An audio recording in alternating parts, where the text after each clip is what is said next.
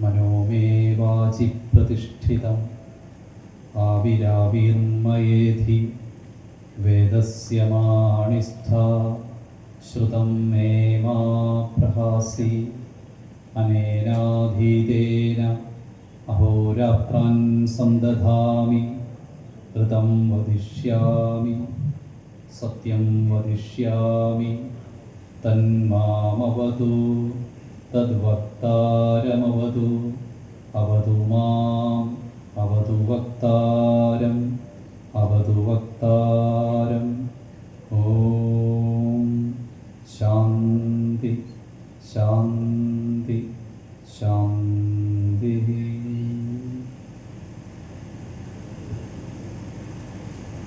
എളങ്കാവിൽ അമ്മയുടെ മടിത്തട്ടിൽ ഈ സന്ധ്യാസമയം നമ്മൾ ഒരുമിച്ചിരിക്കുകയാണ്. കഴിഞ്ഞ 10 വർഷങ്ങളായി മുടങ്ങാതെ നടന്നുകൊണ്ടിരിക്കുന്ന ജ്ഞാനയജ്ഞത്തിൻ്റെ തുടർച്ച. ഈ വർഷവും 3 ദിവസം 3 പ്രൗഢമായ വിഷയങ്ങളെ സംബന്ധിച്ച് ഒരുമിച്ചിരുന്ന് ചിന്തിക്കുന്നതിന് വേണ്ടിയാണ് ഇവിടെ ചേർന്നിരിക്കുന്നത്. നമുക്കിങ്ങനെ ഒരു സങ്കേതം ലഭ്യമായതിന് പൂർവകാല ഗുരുപരമ്പരയുടെ മുമ്പിൽ നന്ദിയുള്ളവരായിരിക്കണം.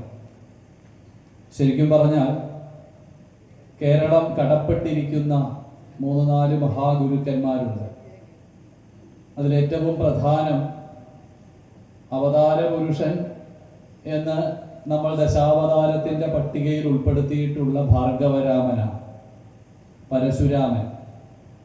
പരശുരാമൻ കേരളം സൃഷ്ടിച്ചു എന്ന ഐതിഹ്യ കഥയിലല്ല ഞാൻ നിങ്ങളോട് ആ പേര് പരാമർശിച്ചത്. മറിച്ച് കേരളത്തിൽ കാണുന്ന ഒട്ടുമിക്ക ക്ഷേത്രങ്ങളും സ്ഥാപിച്ചത് പരശുരാമനാണ്. 108 ദുർഗാലയങ്ങളും ഏതാണ്ട് അത്ര തന്നെ ശിവാലയങ്ങളും ശബരിമല ഉൾപ്പെടെയുള്ള പുണ്യസങ്കേതങ്ങളുമൊക്കെ പ്രതിഷ്ഠ നടത്തി ക്ഷേത്രം കേന്ദ്രീകൃതമായ ഒരു സമൂഹത്തിൻ്റെ രചന നിർവഹിച്ചത് പരശുരാമനാണ്. അതുകൊണ്ടാണ് പരശുരാമനാണ് കേരളത്തിൻ്റെ പിതാവ് എന്ന് പറയുന്നത്. ഇന്ന് കാണുന്ന കേരള സമൂഹത്തിൻ്റെ സൃഷ്ടി പരശുരാമനിലൂടെയാണ് നടന്നത്. അതിനു മുൻപ് നമ്മൾക്ക് ആരാധനകൾ ഉണ്ടായിരുന്നു എന്ന് ചോദിച്ചാൽ ഉണ്ടാവാം. വ്യക്തിഗതമായിരുന്നു ആ ആരാധനകൾ. വ്യക്തിഗതമായ ആ ആരാധനയെ ഒരു സമൂഹത്തിന്റെ മധ്യത്തിലേക്ക് ഇറക്കി സാമൂഹികമായ ഒരു ആരാധനാക്രമം വന്നത് ക്ഷേത്രം വന്നപ്പോൾ മുതലാണ്. അങ്ങനെ കേരളം എല്ലാം ഇന്ന് ഓരോ ഗ്രാമവും അറിയപ്പെടുന്നത് ക്ഷേത്രത്തിന്റെ പേരിലാണ്. ആറന്മുള എന്ന പേര് ആറന്മുള ഭഗവാന്റെ പേരിലുള്ളതാണ്. ചെങ്ങന്നൂർ എന്നുള്ള പേര് ചെങ്ങന്നൂരപ്പന്റെ ചെങ്ങന്നൂർ ഭഗവതിയുടെ പേരിലാണ്. മലയാലപ്പുഴയായാലും ഗുരുവായൂരായാലും തൃശ്ശിവപേരൂരായാലും കേരളത്തിൽ കാണപ്പെടുന്ന എല്ലാ ഗ്രാമങ്ങളും സ്ഥലങ്ങളും ഒക്കെ ഈശ്വര നാമത്താൽ അറിയപ്പെടാൻ കാരണമായി തീർന്നത് കേരളത്തിന്റെ എല്ലാ ഭൂപ്രദേശങ്ങളിലും പരശുരാമന്റെ ആ ഒരു വൈഭവത്താൽ സൃഷ്ടിക്കപ്പെട്ട ക്ഷേത്രങ്ങൾ ഉള്ളത് കൊണ്ടാണ്. അങ്ങനെ ഒരു ക്ഷേത്രം ഇവിടെയും ഉള്ളത് കൊണ്ടാണ് നമ്മൾ ഈ ക്ഷേത്രത്തിന്റെ സങ്കേതത്തിൽ ഇങ്ങനെ ഒരുമിച്ചിരിക്കുന്നത്. അതുകൊണ്ട് നമ്മൾ ആദ്യം നമ്മുടെ കടപ്പാട് അറിയിക്കേണ്ടത്, നന്ദി ചൊല്ലേണ്ടത് പരശുരാമനോടാണ്. ദൈവത്തിന്റെ സ്വന്തം നാട് എന്ന് കേരളം വിളിക്കപ്പെട്ടത് എന്തുകൊണ്ടാണ്? പരസ്യവാചകത്തിൽ അത് വന്നതുകൊണ്ടല്ല, മറിച്ച് കേരളത്തിന്റെ ഏത് പ്രദേശവും ഈശ്വരീയമായ നാമത്താൽ അറിയപ്പെടുന്നത് കൊണ്ടാണ്. കേരളത്തിന്റെ അതിർത്തി പറയുമ്പോൾ സൂചിപ്പിക്കുന്ന കന്യാകുമാരി അമ്മയും ഗോകർണേശ്വരും അവർ ഇരുവരും പരസ്പരം നോക്കിക്കൊണ്ടിരിക്കുന്ന നാട് എന്ന അർത്ഥത്തിൽ ദൈവത്തിന്റെ നാടാണ്. ഇനി അതല്ല, ഇന്ന് കാണുന്ന കേരളത്തിന്റെ ഭൂപ്രകൃതിയാണെങ്കിൽ തെക്ക് ഭാഗത്തുള്ള അനന്തപത്മനാഭസ്വാമി, അദ്ദേഹം ആ അനന്തശായിയായി അവിടെ കിടന്ന് നമ്മുടെ രാജ്യം ഭരിച്ചുകൊണ്ടിരിക്കുകയാണെന്നാണ് ഇപ്പോഴും നമ്മുടെ വിശ്വാസം. അത് വടക്ക് കാസർഗോഡ് ഭാഗത്ത് ഒരു അനന്തപുരം ക്ഷേത്രമുണ്ട്. ഇപ്പോൾ ഈ അടുത്ത കാലത്ത് അത് പ്രശസ്തമാണ്. അപ്പോൾ ആ അനന്തപുരം ക്ഷേത്രത്തിലായിരുന്നു ആദ്യം വില്വമംഗലം അനന്തപത്മനാഭനെ ദർശിച്ചത്. നിമിഷ നേരം കൊണ്ട് മറഞ്ഞുപോയ ആ പുണ്യസ്വരൂപനെ തേടി കാടുതോറും അലഞ്ഞപ്പോൾ കേട്ട അശരീരിയാണ് എന്നെ കാണണമെങ്കിൽ അങ്ങ് അനന്തക്കാട്ട് വന്നോളൂ. അങ്ങനെയാണ് തിരുവനന്തപുരത്ത് എത്തിച്ചേർന്നതും അവിടെ പ്രതിഷ്ഠ നടത്തിയതെന്നും നമുക്കറിയാം. അപ്പോൾ രണ്ട് അനന്തപുരങ്ങൾക്കിടയിൽ കാണപ്പെടുന്ന ഭൂപ്രദേശമാണ് ഇന്നത്തെ കേരളം. പഴയ കേരളം കന്യാകുമാരി അമ്മയുടെയും ഗോകർണേശന്റെയും ദൃഷ്ടി തമ്മിൽ ചേരുന്ന ഭൂപ്രദേശമാണ്. എന്തായാലും പഴയതായാലും ഇന്നത്തേതായാലും കേരളം ഈശ്വരീയമാണ്, ഈശ്വരന്റെ നാടാണ്. ഈ അടുത്ത കാലത്ത് വരെ സർക്കാർ ശമ്പളം പറ്റുന്നവർ പറയുന്ന വാക്ക് പത്മനാഭന്റെ പണം എന്നായിരുന്നു, ശ്രീ പത്മനാഭന്റെ പണം. അപ്പൊ ആ നിലയ്ക്ക് ഈശ്വരീയമായി ചേർന്ന് നിൽക്കാൻ, ഈശ്വരീയതയോട് ചേർന്ന് നിൽക്കുവാൻ നമുക്കൊക്കെ സാധിച്ചത് ഈ പരശുരാമന്റെ ക്ഷേത്ര പ്രതിഷ്ഠകളോട് കൂടിയാണ്. അതുകൊണ്ട് കേരള നവോത്ഥാനത്തിന്റെ ആദ്യത്തെ കേന്ദ്ര ബിന്ദു പരശുരാമനാണ് എന്ന് പറയാം. അതിനുശേഷം കാലം മുന്നോട്ട് പോകുമ്പോൾ പാശ്ചാത്യമായ അധിനിവേശങ്ങൾ ഇവിടെ ഉണ്ടായി. പാഠപുസ്തകത്തിൽ കുട്ടികൾ പഠിക്കും, പറങ്കികൾ വന്നു, തുടർന്ന് ഫ്രഞ്ചുകാർ വന്നു, അങ്ങനെ പലരും വന്നു. അങ്ങനെ ഇവിടുത്തെ സംസ്കാരം ഒന്ന് കലുഷിതമായപ്പോൾ, ആകെ ഇളകി വശായ സമയത്താണ് ശങ്കരാചാര്യസ്വാമികൾ, ആ ശങ്കരാചാര്യസ്വാമികളുടെ അവതാരത്തോടുകൂടി കേരളത്തിന്റെ വൈഭവം ഒന്നുകൂടി മെച്ചപ്പെട്ടു എന്ന് മാത്രമല്ല, നമുക്ക് ഓരോരുത്തർക്കും നമ്മുടെ മനോനില അനുസരിച്ച് ജപിക്കാനും പഠിക്കാനുമുള്ള മന്ത്രസഹിതമുള്ള സ്തോത്രങ്ങൾ അദ്ദേഹം നമുക്ക് സമ്മാനിച്ചു. ഇപ്പൊ ക്ഷേത്രമുണ്ടായി, അതിനുശേഷം സ്തോത്രങ്ങൾ ഉണ്ടായി. ഇപ്പൊ ലളിതാ പ്രാതസ്മരണ ചൊല്ലുന്നവർക്ക് അത് ചൊല്ലാം, വിഷ്ണു ഭുജംഗം ചൊല്ലുന്നവർക്ക് അങ്ങനെയാവാം. ദാരിദ്ര്യമൊക്കെ മാറിക്കിട്ടാൻ വേണ്ടിയിട്ട് പരമശിവനെ സ്തുതിക്കണമെങ്കിൽ ആ സ്തുതി, ഈ കാണുന്നതൊക്കെ തന്നെ കനകധാരാസ്തവം അടക്കം ഇതൊക്കെ നമുക്ക് സമ്മാനിച്ചത് ശങ്കരാചാര്യസ്വാമികളാണ്. അതിനുശേഷമാണ് പാശ്ചാത്യ അധിനിവേശത്തിന് ശേഷമുള്ള വല്ലാത്ത ഒരു സാംസ്കാരിക അന്തരീക്ഷം ഉണ്ടാവുകയും അവിടെ ശാരിക പൈതലുമായി എഴുത്തച്ഛൻ പ്രത്യക്ഷപ്പെടുകയും ചെയ്യുന്നത്. മറ്റൊരു നവോത്ഥാന നായകനാണ് എഴുത്തച്ഛൻ. ആ എഴുത്തച്ഛന്റെ വരവോടുകൂടി ജനകീയമായ ആരാധനാ സമ്പ്രദായം വന്നു. ഹരിനാമ കീർത്തനം എന്ന വിശിഷ്ടമായ രംഗം നമുക്ക് തന്നു. എന്തിനാണ്? രാവിലെ എഴുന്നേൽക്കുമ്പോൾ ചൊല്ലിക്കോളൂ, വൈകുന്നേരത്ത് രാമായണം വായിച്ചു കിടക്കുക. കേരളീയർക്കൊരു ജീവിതത്തിന് അടുക്കും ചിട്ടയും ഉണ്ടാക്കി കൊടുക്കുവാൻ എഴുത്തച്ഛന്റെ കൃതികൾക്ക് കഴിഞ്ഞു. ഹരിനാമ കീർത്തനത്തിൽ ആരംഭിച്ച് കിളിപ്പാട്ടിൽ അവസാനിപ്പിക്കുന്ന ഒരു ദിനചര്യ. ഇവിടെ ഇരിക്കുന്ന മുതിർന്നവർക്കൊക്കെ അറിയാം, അവരുടെ ബാല്യകാലത്ത് വൈകിട്ട് നാമം ജപിച്ചു കഴിഞ്ഞാൽ രാമായണം വായിക്കണം. കർക്കിടക മാസത്തിൽ മാത്രമല്ല, രാമായണം വായിക്കുന്നത് കേരളത്തിന്റെ പതിവാണ്. ആ രാമായണം വായനയുടെ അത് ഏത് തൊഴിൽ ചെയ്യുന്നവരും ഏത് ജാതിയിലുള്ളവരും അത് ചെയ്തിരുന്നു എന്ന് നമുക്ക് മനസ്സിലാക്കാം. വള്ളത്തോൾ മഹാകവി ഒരു തോണിയാത്ര എന്ന കവിത എഴുതിയിട്ടുണ്ട്. അദ്ദേഹം നദിയിലൂടെ ഇങ്ങനെ യാത്ര ചെയ്യുകയാണ്. അത് ബസ്സിന് പകരം പണ്ട് വഞ്ചിയായിരുന്നുള്ളത്, അല്ലാതെ അക്കരെ ഇക്കരെ കിടക്കാനല്ല, ദീർഘദൂര യാത്രയ്ക്കാണ്. അപ്പൊ തുഴയാൻ ആൾക്കാരുണ്ട്. അങ്ങനെ വഞ്ചി തുഴഞ്ഞു പോകുന്ന സമയത്ത് വഞ്ചി തുഴയുന്ന രണ്ടുപേർ സന്ധ്യയായ സമയത്ത് കവിയോട് പറയുകയാണ്, ഞങ്ങൾക്ക് ഒരു അനുഷ്ഠാനമുണ്ട്, അത് ചെയ്യണമെന്ന് ആഗ്രഹമുണ്ട്, അങ്ങേക്ക് വിരോധമില്ലെങ്കിൽ ഞങ്ങൾ അത് ചെയ്യാം. എന്താ? ഞങ്ങൾക്ക് എന്നും വൈകുന്നേരം ഈ സമയമാകുമ്പോൾ രാമായണം വായിക്കുന്ന പതിവുണ്ട്. വഞ്ചി തുഴയുകയാണെങ്കിലും ഞങ്ങൾ രാമായണം വായിച്ചോട്ടോ ചോദിക്കുകയാണ് മഹാകവിയോട്. അദ്ദേഹം പറഞ്ഞു, വായിച്ചോളൂ. അപ്പോഴാണ് ഇരുണ്ട മണ്ണെണ്ണ വിളക്കിൻ മുമ്പിൽ ഇരുന്നിരായാൽ തൊഴുകയ്യുമായി. നിലവിളക്കൊന്നും കത്തിക്കാൻ നിർത്തിയില്ല. നിലവിളക്ക് അവിടെ എന്താ ഉള്ള മണ്ണെണ്ണ വിളക്ക് ഒരെണ്ണം കത്തിച്ചു, വഞ്ചിക്കാത്ത വള്ളത്തിലാണ്. അവിടെ ഇരുന്നിട്ട് അന്നേരം ആ പുസ്തകവും തുറന്ന് അങ്ങോട്ട് വായിക്കാൻ തുടങ്ങി. അവിടെയാണ് പ്രശസ്തമായ വരികൾ വള്ളത്തോൾ എഴുതുന്നത്. കാവ്യം സുഗേയം കഥ രാഘവീയം കർത്താവ് തുഞ്ചത്തുളവായ ദിവ്യൻ ചൊല്ലുന്നതോ ഭക്തിമയസ്വരത്തിൽ ആനന്ദലബ്ധിക്കിനി എന്തു വേണം. അങ്ങനെ രാമായണം വായിക്കുന്ന പതിവ് കേരളത്തില് എല്ലാ വ്യക്തികളും ആബാലവൃദ്ധം ജനങ്ങളും പാലിച്ചു പോന്നിരുന്നു. അപ്പോ ഇന്ന് അത് കർക്കിടക മാസത്തിലേക്ക് മാറിയിട്ടുണ്ടെങ്കിൽ പണ്ട് മലയാളിയുടെ പതിവ് അതല്ല.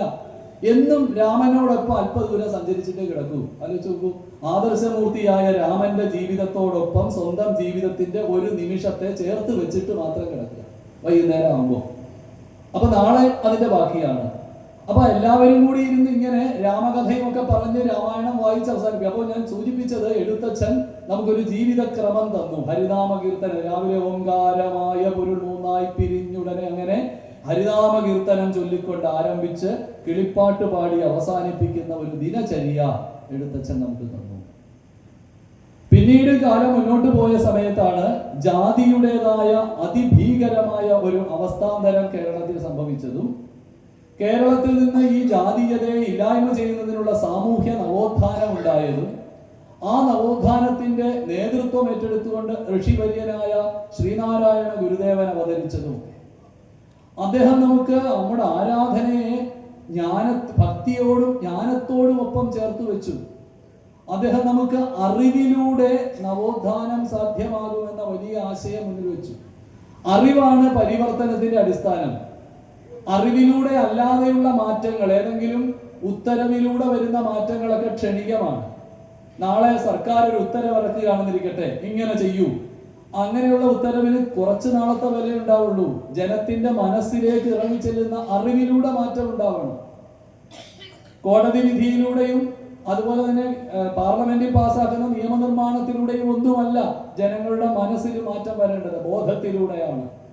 അതുകൊണ്ട് അരുവിപ്പുറത്ത് പ്രതിഷ്ഠ നടത്തിയ സമയത്ത് അത് നിങ്ങൾക്ക് എന്ത് അധികാരമാണ് പ്രതിഷ്ഠിക്കാനെന്ന് ചോദിച്ചുകൊണ്ട് വന്നപ്പോൾ ഗുരുദേവൻ മൊഴിഞ്ഞ നിസ്സാരമായ വാക്കുകൾ, നാം നമ്മുടെ ശിവനെയാണല്ലോ പ്രതിഷ്ഠിച്ചത്, ഈഴവ ശിവനെയാണ് പ്രതിഷ്ഠിച്ചത്, ബ്രാഹ്മണ ശിവനെ നാം പ്രതിഷ്ഠിച്ചിട്ടില്ല എന്ന് പറയുമ്പോൾ അവിടെ കൂടിയിരുന്ന പണ്ഡിതന്മാരായിട്ടുള്ളവരുടെ മനസ്സിലൂടെ ആ ചിന്ത പോയി, അങ്ങനെയുണ്ടോ രണ്ട് ശിവൻ?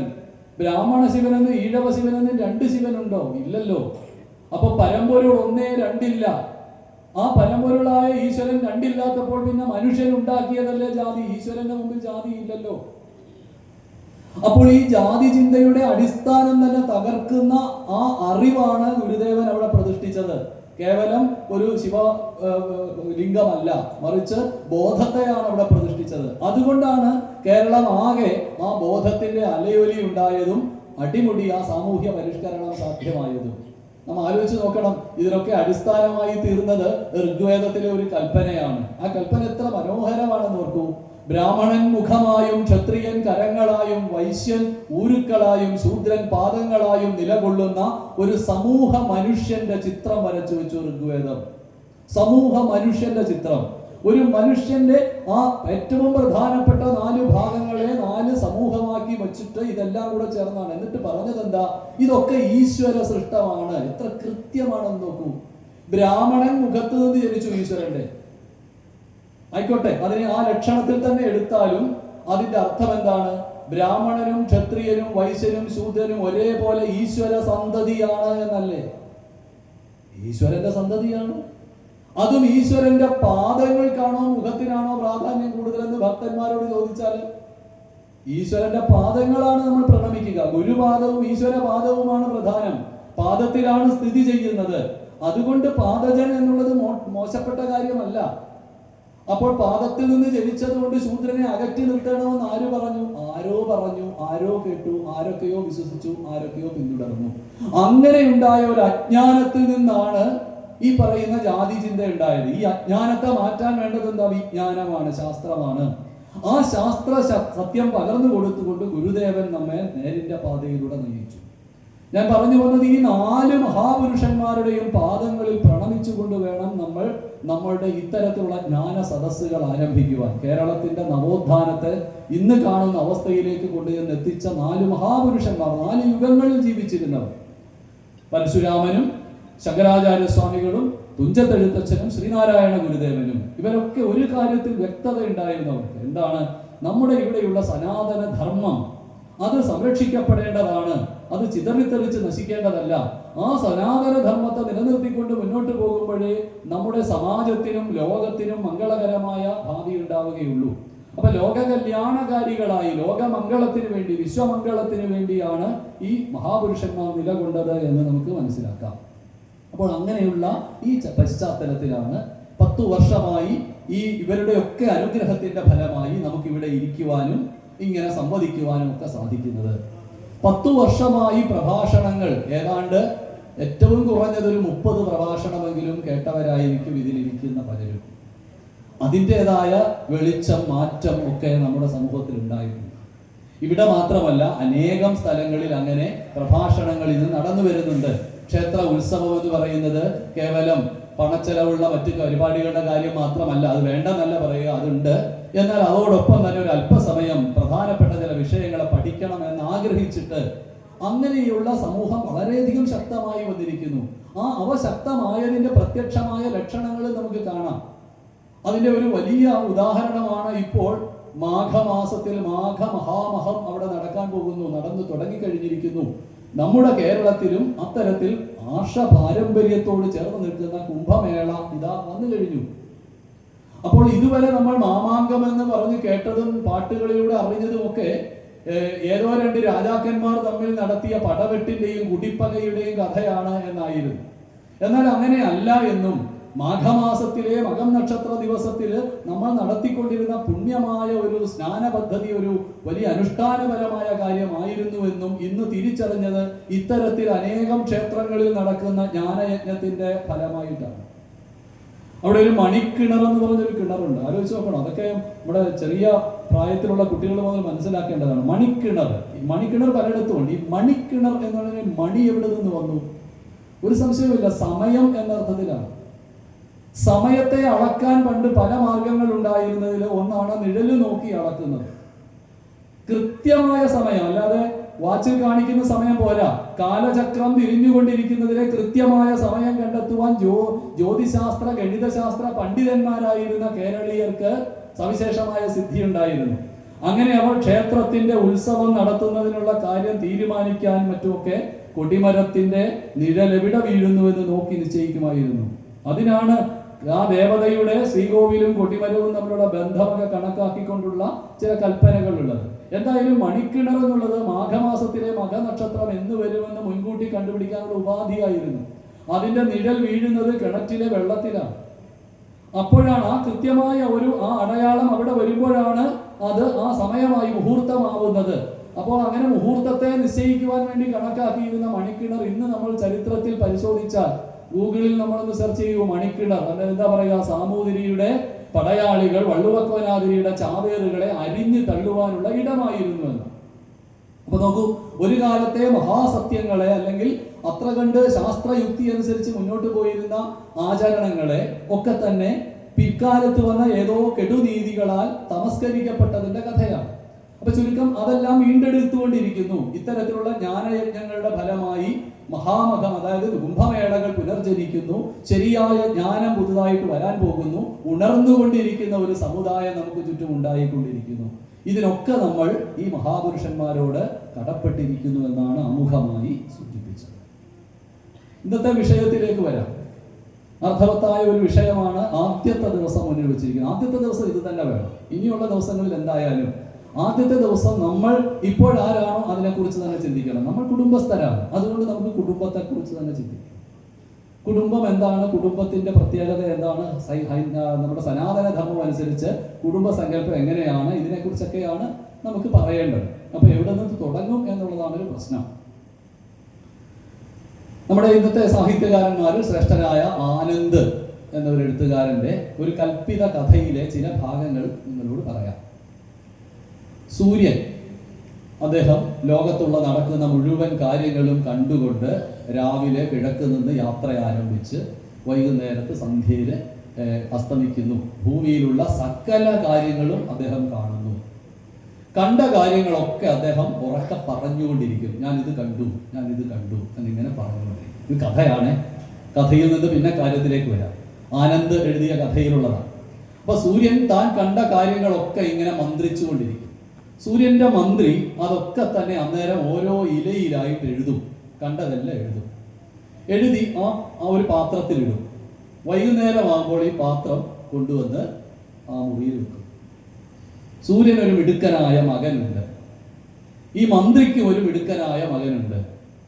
ഈ അച്ഛന്മാർ രണ്ടുപേരും പിറ്റേ ദിവസം രാവിലെ യാത്രയ്ക്ക് പോയാൽ ഈ രണ്ട് മക്കളും ഈ പാത്രത്തിലെ ഇലകളെല്ലാം കുടഞ്ഞിട്ടിട്ട് ഒരാള്, അതായത് സൂര്യന്റെ മകൻ, അതെടുത്ത് രണ്ടായിട്ട് പകുക്കും. ഇതൊന്ന് വായിച്ചു നോക്കും, ഇത് ഇവിടെ ഇരിക്കട്ടെ, ഇത് വായിച്ചു നോക്കും, ഇവിടെ ഇരിക്കട്ടെ, ഇങ്ങനെയൊക്കെ രണ്ടായിട്ട് പകുക്കും. ഇതൊക്കെ നല്ലത് എന്നും ഇതൊക്കെ നല്ലതല്ലാത്തത് എന്നുമാണ് പകുത്തു വെക്കുന്നത്. അങ്ങനെ രണ്ടായിട്ട് പകുത്തു വെക്കും. മന്ത്രിയുടെ പുത്രൻ വീണ്ടും ഈ പകുത്തു വെച്ചത് ഓരോന്നും എടുത്തിട്ട് അതിന്റെ വിധി എഴുതും. ഇന്നതിന് ഇന്ന ശിക്ഷ, ഇന്നതിന് ഇന്ന ശിക്ഷ എന്നിങ്ങനെ എഴുതും. ഇനി ഇവരുടെ പേരുകൾ പറയാം. സൂര്യന്റെ പുത്രന്റെ പേര് യമധർമ്മൻ എന്നാണ്. മന്ത്രികുമാരന്റെ പേര് ചിത്രഗുപ്തൻ എന്നാണ്. അപ്പോൾ സൂര്യൻ കർമ്മങ്ങളെ കർമ്മമായി മാത്രം കണ്ടു. ഒരു കർമ്മം, ഒരു പ്രവൃത്തി, അതിനെ അതുപോലെ ഒരു ഇന്റർപ്രിട്ടേഷനും ഇല്ല. അത് അവിടെ അങ്ങനെ നടക്കുന്നു, അവിടെ ആടിനെ അറുക്കുന്നു, ഇവിടെ ഇതാ ചെടിക്ക് വെള്ളം ഒഴിക്കുന്നു, ഇവിടെ അച്ഛനമ്മമാരെ ശുശ്രൂഷിക്കുന്നു, ഇവിടെ അച്ഛനെയും അമ്മയെയും തല്ലി ഓടിക്കുന്നു. ഇങ്ങനെ എന്തൊക്കെയാണോ നമ്മുടെ സമൂഹത്തിൽ നടക്കുന്നത് അതൊക്കെ കാണുന്നു. കണ്ടതൊക്കെ തന്നെ മന്ത്രിക്കുന്നു, മന്ത്രിച്ചതൊക്കെ എഴുതി വെക്കുന്നു, ഒരു കൂടയിലിടുന്നു, ഒരു വ്യത്യാസവുമില്ല. പക്ഷെ സൂര്യപുത്രനായ ധർമ്മരാജൻ, അദ്ദേഹത്തിന്റെ പേര് തന്നെ ധർമ്മരാജൻ, ആ യമധർമ്മൻ, അദ്ദേഹം ഇതിനെ രണ്ടായി പകുക്കുന്നു, ധർമ്മമെന്നും അധർമ്മമെന്നും. അപ്പോൾ ഒരാൾ കർമ്മം കണ്ടപ്പോൾ മറ്റേയാൾ ധർമ്മമാണ് കണ്ടത്. വലിയ വ്യത്യാസം. ഒന്ന്, എല്ലാ കർമ്മവും ഒരുപോലെ, പക്ഷെ രണ്ടാമത്തെ ആളെ സംബന്ധിച്ച് എല്ലാം ഒരുപോലെ അല്ല. ഓരോ കർമ്മത്തിനും ഗുണമുണ്ട്. ഇതിന് ഇന്നതാണ് ഗുണം, ഇതിന് ഇന്നതാണ് ഗുണം, ഇതിന് ധർമ്മം എന്ന ഗുണം, ഇതിന് അധർമ്മം എന്ന ഗുണം. ധർമ്മവും അധർമ്മവും വേർതിരിക്കുക എന്ന പ്രക്രിയ നടന്നു. ചിത്രഗുപ്തനാവട്ടെ ഒരു പടി കൂടി കടന്നിട്ട് അതിന് ചില വിധിന്യായങ്ങൾ കൽപ്പിച്ചു. അധർമ്മമാണെങ്കിൽ ഇതാണ് ഫലം, ധർമ്മമാണെങ്കിൽ ഇതാണ് ഫലം. അപ്പൊ ഈ കഥ ആനന്ദ് പറഞ്ഞു വെക്കുക. നമ്മളൊന്ന് ആലോചിച്ച് നോക്കിയേ, നല്ലത് ചീത്ത ഇങ്ങനെ വിശേഷിപ്പിക്കാവുന്നത് ഈ ഭൂമിയിൽ ഒരു ജീവി വർഗത്തെ മാത്രമേ ഉള്ളൂ, അത് മനുഷ്യനെ മാത്രം. ഒരു പക്ഷിയെ നമുക്ക് നല്ല പക്ഷി എന്നോ ചീത്ത പക്ഷി എന്നോ പറയാൻ പറ്റില്ല, അത് പക്ഷി മാത്രമാണ്. നല്ലത് നമുക്ക് ഇഷ്ടമാണോ ഇഷ്ടമല്ലയോ എന്നുള്ളതല്ല ഞാൻ വിവക്ഷ. ആ പക്ഷി എന്താണോ, എല്ലാ പക്ഷിയും ഒരുപോലെയാണ്, ഒരേ കാര്യം ചെയ്യുന്നു. എല്ലാ മൃഗവും ഒരുപോലെ ഒരേ കാര്യം ചെയ്യുന്നു. മരങ്ങളെല്ലാം, ഒരു പുളിമരവും മറ്റൊരു പുളിമരവും തമ്മിൽ ഈ പുളിമരം നല്ലത്, ഈ പുളിമരം ചീത്ത എന്ന് പറയാൻ പറ്റില്ല, രണ്ടും ഒരുപോലെയാണ്. അപ്പം മനുഷ്യന് മാത്രമാണ് നല്ലതാവാനും ചീത്തയാവാനുമുള്ള സാധ്യതയുള്ളത്. ബാക്കി എല്ലാറ്റിനും അങ്ങനെയല്ല, എങ്ങനെയോ അങ്ങനെ. അപ്പോൾ മനുഷ്യൻ വ്യത്യസ്തനാകുന്നു എന്നർത്ഥം. മറ്റെല്ലാവരെയും പോലെ അല്ല, മനുഷ്യൻ വ്യത്യസ്തനാകുന്നു. എന്താണ് വ്യത്യസ്തനാവാൻ കാരണം? മനുഷ്യന് നന്നാവാൻ സാധിക്കും, മനുഷ്യന് ചീത്തയാവാനും സാധിക്കും, മറ്റുള്ളവർക്ക് അത് സാധിക്കില്ല. അതുകൊണ്ട് മനുഷ്യൻ മറ്റു ജീവജാലങ്ങളിൽ നിന്ന് തീർച്ചയായും വ്യത്യസ്തനായിരിക്കുന്നു. അപ്പോൾ മറ്റു ജീവജാലങ്ങൾ ചെയ്യുന്ന അതേ ജോലി തന്നെ മനുഷ്യനും ചെയ്താൽ മതിയോ? അടുത്ത ചോദ്യമാണ്. എല്ലാ ജീവജാലങ്ങളും ഭക്ഷിക്കുന്നു, മനുഷ്യനും ഭക്ഷിക്കുന്നു, പക്ഷേ മനുഷ്യൻ പാകം ചെയ്തു ഭക്ഷിക്കുന്നു. പാകം ചെയ്യുക എന്ന് പറഞ്ഞാൽ എന്താണ്? പാകം ചെയ്യുക, പാകമാകുക, യോഗ്യത നേടുക, യോഗ്യമാവുക, സംസ്കാര സമ്പന്നമാവുക എന്നർത്ഥം. അപ്പോൾ മൃഗങ്ങളൊക്കെ കിട്ടിയത് അതേപടി ഭക്ഷിക്കുമ്പോൾ മനുഷ്യൻ പാകം ചെയ്ത് ഭക്ഷിക്കുന്നു. മൃഗങ്ങളൊക്കെ കിട്ടിയപടി ഇണ ചേരുമ്പോൾ മനുഷ്യൻ അതിനൊരു പാകത വരുത്തി ഇണ ചേരും. അപ്പോൾ അവർക്ക് എല്ലാറ്റിനും ഈ പാകത എന്ന ഒരു സംഭവം ഉണ്ട്. ഈ പാകതയാണ് ധർമ്മം എന്ന് വിളിച്ചത് യമധർമ്മം. ഈ പാകത ഉണ്ടോ അത് യോഗ്യം, ഈ പാകത ഇല്ലേ അത് അയോഗ്യം. അപ്പോൾ മൃഗജാതികൾക്ക് ഭക്ഷണം വേണ്ടപ്പോൾ കഴിക്കാം, ഉറങ്ങേണ്ടപ്പോൾ ഉറങ്ങാം. അപ്പോൾ 4 കാര്യങ്ങൾ നമ്മൾ പറയുന്നത് കേട്ടിട്ടുണ്ടാവും: ആഹാരം, നിദ്ര, അഭയം, മൈഥുനം. ഇത് 4 എല്ലാവർക്കും ഒരുപോലെയാണ്. പക്ഷെ മനുഷ്യന് വിശേഷമാണ്. എന്താണ് വിശേഷം? അവരൊക്കെ യഥേഷ്ടം എന്താണോ പ്രകൃതി നിശ്ചയിച്ചത് അതുപോലെ ചെയ്യുമ്പോൾ മനുഷ്യൻ മാത്രം പ്രകൃതി നിശ്ചയിച്ചിടത്ത് നിൽക്കാതെ തന്റെ ബുദ്ധി കൊണ്ട് പ്രകൃതിയെ കുറെ കൂടി ഭദ്രമാക്കിയിട്ട് പാകം വരുത്തിയിട്ട് ഉപയോഗിക്കുന്നു. അപ്പോൾ ആ പാകപ്പെടലാണ് മനുഷ്യനെ മനുഷ്യനാക്കി നിലനിർത്തുന്നത്. ആ പാകപ്പെടൽ എപ്പോഴില്ലയോ അപ്പോൾ മനുഷ്യൻ മനുഷ്യനല്ലാതെയാവുകയും മൃഗമാവുകയും ചെയ്യും. അവിടെയാണ് നമ്മൾ ഇന്നത്തെ സമൂഹം അഭിമുഖീകരിക്കുന്ന ഏറ്റവും പ്രധാനപ്പെട്ട വെല്ലുവിളിയെ കാണേണ്ടത്. ഈ പാകപ്പെടലിന്റെ ഭാഗമായി മനുഷ്യൻ കണ്ടുപിടിച്ച ഉദാത്തമായ ഒരു സങ്കല്പമാണ് കുടുംബം എന്നത്. പക്ഷെ പുതിയ ചെറുപ്പക്കാർ പറയുന്നു കുടുംബം ഭാരമാണ്. അതെന്തിന്? ഞങ്ങൾക്ക് വയ്യേ, എന്തിന് ഇത്തരം കാര്യങ്ങൾ? അച്ഛനും അമ്മയും അനുഭവിക്കുന്നത് കണ്ടു മതിയായി, അതിൻ്റെ ഒന്നും ആവശ്യമില്ല. ഞങ്ങൾ സ്വതന്ത്ര സഞ്ചാരികളാണ്. ഞങ്ങൾക്ക് ഇങ്ങനെ ഈ പ്രകൃതിയിലെ കിളികളെ പോലെ പറവകളെ പോലെ ഇങ്ങനെ പറന്നു നടക്കാനാണ് ഇഷ്ടം. ഞങ്ങൾക്ക് ഇഷ്ടമുള്ളത് ഞങ്ങൾ ചെയ്യട്ടെ, എന്തിന് ഞങ്ങളുടെ ഇഷ്ടങ്ങൾക്ക് വിഘാതമാകണം?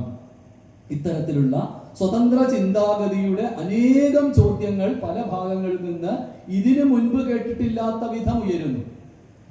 പണ്ടൊക്കെ ഏതാണ്ട് ഒരു തലമുറ മുമ്പ് വരെയൊക്കെ പുരുഷന്മാർ കുറെ സ്വച്ഛന്ദചാരികളായിരുന്നെങ്കിലും സ്ത്രീകളുടെ ഏറ്റവും വലിയൊരു ആഗ്രഹം എന്ന് പറയുന്നത് ഒരു കുടുംബസ്ഥയായിരിക്കുക, ഒരു കുടുംബിനിയായിരിക്കുക, മക്കളെ ശുശ്രൂഷിക്കുക, മക്കളെ പാലിക്കുക.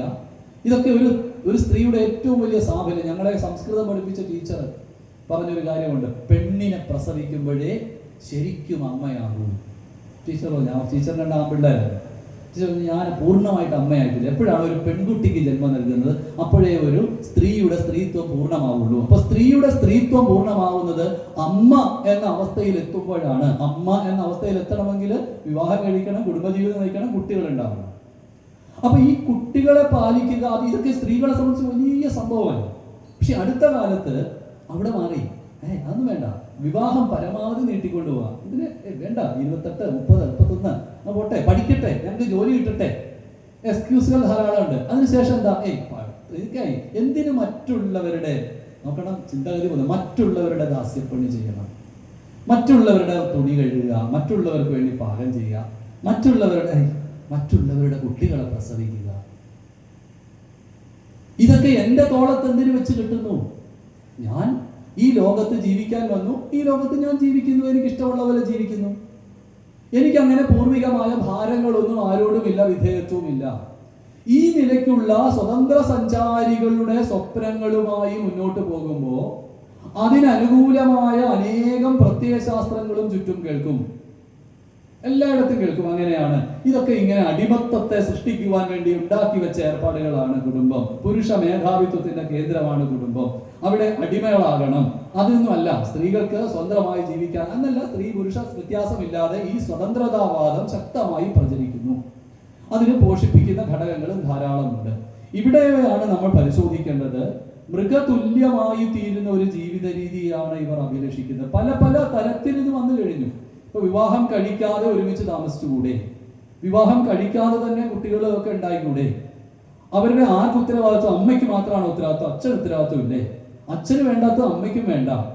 ഇവിടെയൊക്കെ നമ്മൾ തിരിച്ചറിയാതെ പോകുന്ന ഒരു സംഗതി, ഈ ഒരാളുടെ സ്വാതന്ത്ര്യം മറ്റു പലരുടെയും അടിമത്തത്തിന് കാരണമാകുന്നുണ്ട് എന്നുള്ളതാണ്. കുട്ടികൾ എങ്ങും എത്താതെ പോകുന്നു, അവിടെയും ഇവിടെയും ഇല്ലാതെ പോകുന്നു. എന്ന് മാത്രമല്ല, മാതാപിതാക്കള്, ഈ കുട്ടികളെ സൃഷ്ടിച്ച മാതാപിതാക്കളാവട്ടെ, അവർ എക്കാലത്തെയും ഇരുട്ടിലേക്ക് പോകേണ്ടി വരുന്നു.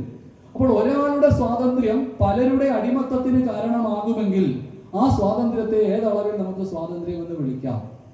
അപ്പോഴാണ് കുടുംബം എന്ന പാകപ്പെട്ട ഒരു സാമൂഹ്യ സത്യത്തെ കുറിച്ച് നമ്മൾ ഗാഠമായി ചിന്തിക്കേണ്ടുന്ന ഒരു ആവശ്യം വരുന്നത്.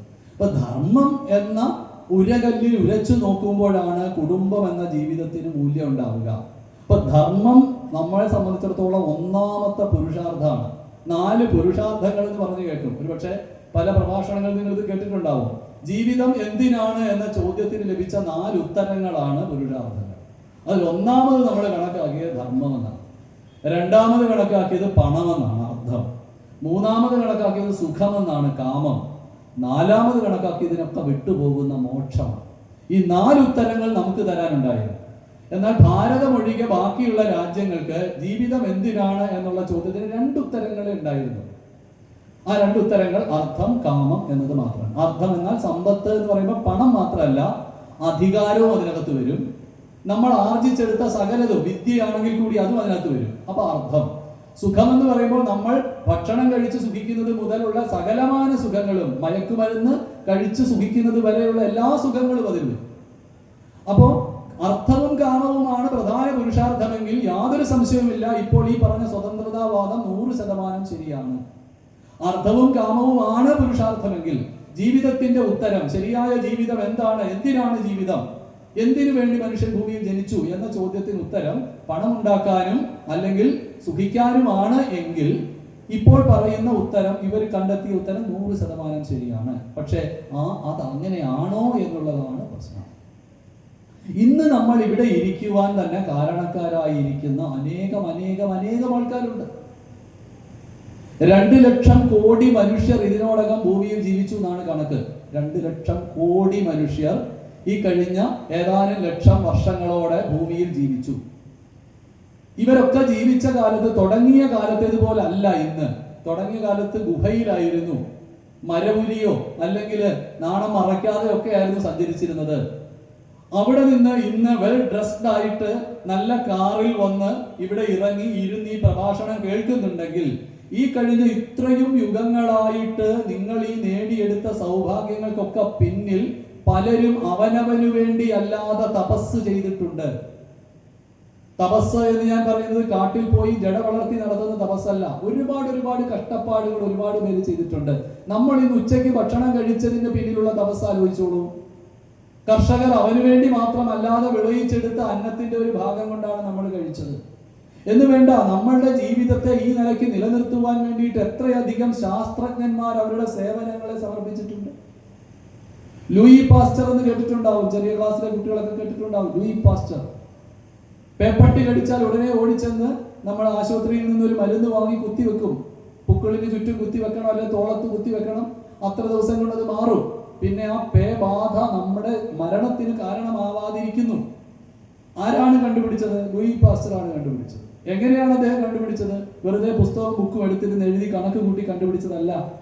പേ പിടിച്ച് നടക്കുന്ന നായ്ക്കളുടെ പിന്നാലെ പോയി അവയുടെ വായിൽ നിന്ന് വരുന്ന സ്രവം സ്വീകരിച്ച് അതിൽ ചിലത് അദ്ദേഹത്തിന്റെ ടെസ്റ്റ് ട്യൂബിൽ എടുത്ത് മരുന്നുകൾ ചേർത്ത് അത് സ്വന്തം നാക്കിൽ ഇറ്റിച്ച് അങ്ങനെ അനേകം മരണത്തെ മുഖാമുഖം കണ്ടുകൊണ്ടുള്ള പരീക്ഷണങ്ങളുടെ ഫലമായിട്ടാണ് അദ്ദേഹം ഈ പേപ്പട്ടി വിഷത്തിനെതിരെയുള്ള വാക്സിൻ വികസിപ്പിച്ചത്.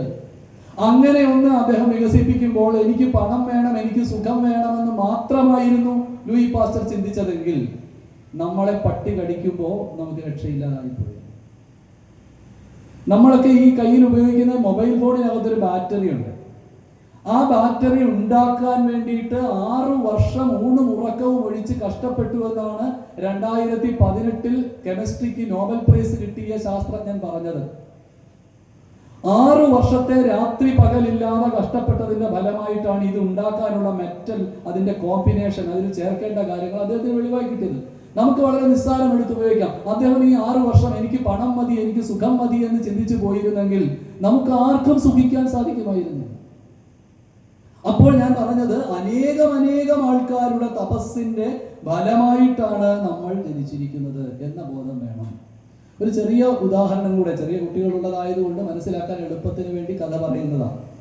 കഥയൊക്കെ ശരിയാണോ എന്ന് ചോദിക്കരുത്. കേരളത്തിന്റെ ദേശീയ പക്ഷി എന്ന് പറയുന്ന മലമുഴക്കി വേഴാമ്പലാണ്. ഈ മലമുഴക്കി വേഴാമ്പൽ എന്നതിന് പേര് കിട്ടാൻ കാരണം അത് അതിൻ്റെ അറിയാം, നമുക്ക് ഇതിൻ്റെ കഴുത്ത് വളയ്ക്കാൻ പറ്റില്ല, മുകളിലേക്ക് നോക്കി നിൽക്കുക. അപ്പോൾ തൊണ്ട പൊട്ടുമാർ അത് വെള്ളത്തിന് വേണ്ടി കരയും. വേനൽക്കാലത്ത് അതിന് എപ്പോഴും മുകളിൽ നിന്ന് വരുന്ന വെള്ളമേ കുടിക്കാൻ പറ്റൂ. ഒന്നിൽ മഴ അല്ലെങ്കിൽ അരുവി, ഇതിൽ വരുന്ന വെള്ളമേ കുടിക്കാൻ പറ്റൂ. അതിൻ്റെ മുമ്പിൽ നമ്മളൊരു പാത്രത്തിൽ വെള്ളം കൊണ്ടുവച്ചാൽ അതിന് കുടിക്കാൻ പറ്റില്ല, ഒഴിച്ചു കൊടുക്കണം മുകളിൽ ഇങ്ങനെ. അപ്പോൾ മലമുഴക്കി വേഴാമ്പല് മഴ കിട്ടാൻ വേണ്ടിയിട്ട് തൊണ്ട കീറി പാടും. ആ പാട്ട് കേട്ടിട്ടാണ് ഭഗവാൻ വേനൽ മഴ പെയ്യിക്കുന്നത് എന്നൊക്കെ കവികൾ എഴുതിയിട്ടുണ്ട്. എന്തായാലും മലമുഴക്കി വേഴാമ്പലിന്റെ ജീവിതത്തിൽ നിന്ന് ഒരു ചെറിയ സംഭവം, ഒരു സന്ദർഭ കഥയായിട്ട് പറയുകയാണ്.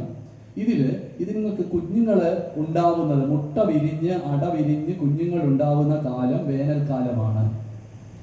ഈ വേനൽക്കാലത്ത് കുഞ്ഞുങ്ങൾ ഉണ്ടായി കഴിഞ്ഞാൽ ഈ കുഞ്ഞുങ്ങൾ ഭയങ്കര ദാഹവുമായിട്ടാണ് വരുന്നത്. എപ്പോഴും അവരുടെ തൊണ്ട നനയണം. തൊണ്ട നനഞ്ഞില്ലെങ്കിൽ അവർ ചത്തുപോകും. അപ്പോൾ തള്ളക്കിളി കുഞ്ഞുങ്ങളെ നോക്കി ഇങ്ങനെ നിൽക്കുകയാണ്. ഇതിന് വെള്ളം കൊടുക്കാൻ മഴയില്ലല്ലോ. അപ്പോൾ പൂവൻകിളി അതിന് മുമ്പിൽ വന്ന് 2 ചിറകും വിടർത്തി ഇങ്ങനെ നിൽക്കും. ആ പൂവൻകിളിയുടെ ചിറകിൽ ഒരുപാട് തൂവലുണ്ട്. അപ്പൊ അമ്മക്കിളി ആ പൂവൻകിളിയുടെ തൂവലിൽ നിന്ന് ഒരു തൂവൽ കൊക്കുകൊണ്ട് ബലമായി പൊട്ടിക്കും. പൊട്ടിക്കുന്ന സമയത്ത് അതിന്റെ ആ തൂവലിന്റെ അഗ്രത്ത് ഒരു തുള്ളി ചോരയുണ്ടാകും. ആ ചോര പിളർന്നിരിക്കുന്ന കുഞ്ഞുങ്ങളുടെ വായിലേക്ക് ഇറ്റിച്ചു കൊടുക്കും. 1 അല്ല 3 4 കിളികളുണ്ട് കുഞ്ഞുങ്ങൾ. അപ്പൊ പല പ്രാവശ്യം ഒരു ദിവസം ഇങ്ങനെ തൂവൽ പറിച്ച് ചോര കൊടുത്തുകൊണ്ടിരിക്കയാൽ 4 5 ദിവസം കഴിയുമ്പോഴേക്കും ഈ പൂവൻ തല കറങ്ങി വീണ് മരിക്കും.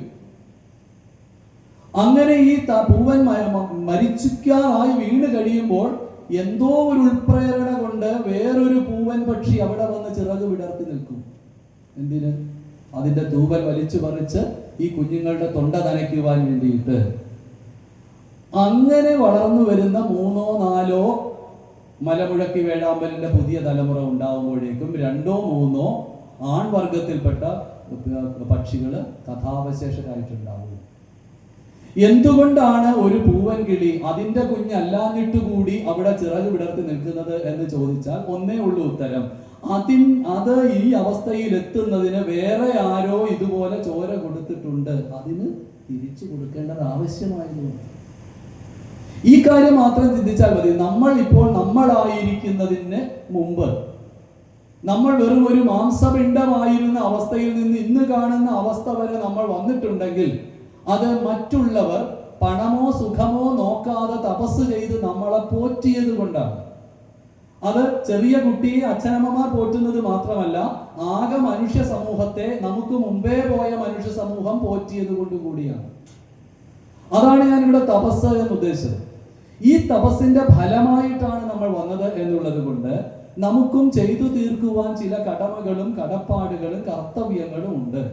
ഈ കടമ, കടപ്പാട്, കർത്തവ്യം എന്നിവയെല്ലാം കൂടെ ചേർത്ത് പറയുന്ന ഒറ്റ വാക്കാണ് ധർമ്മം.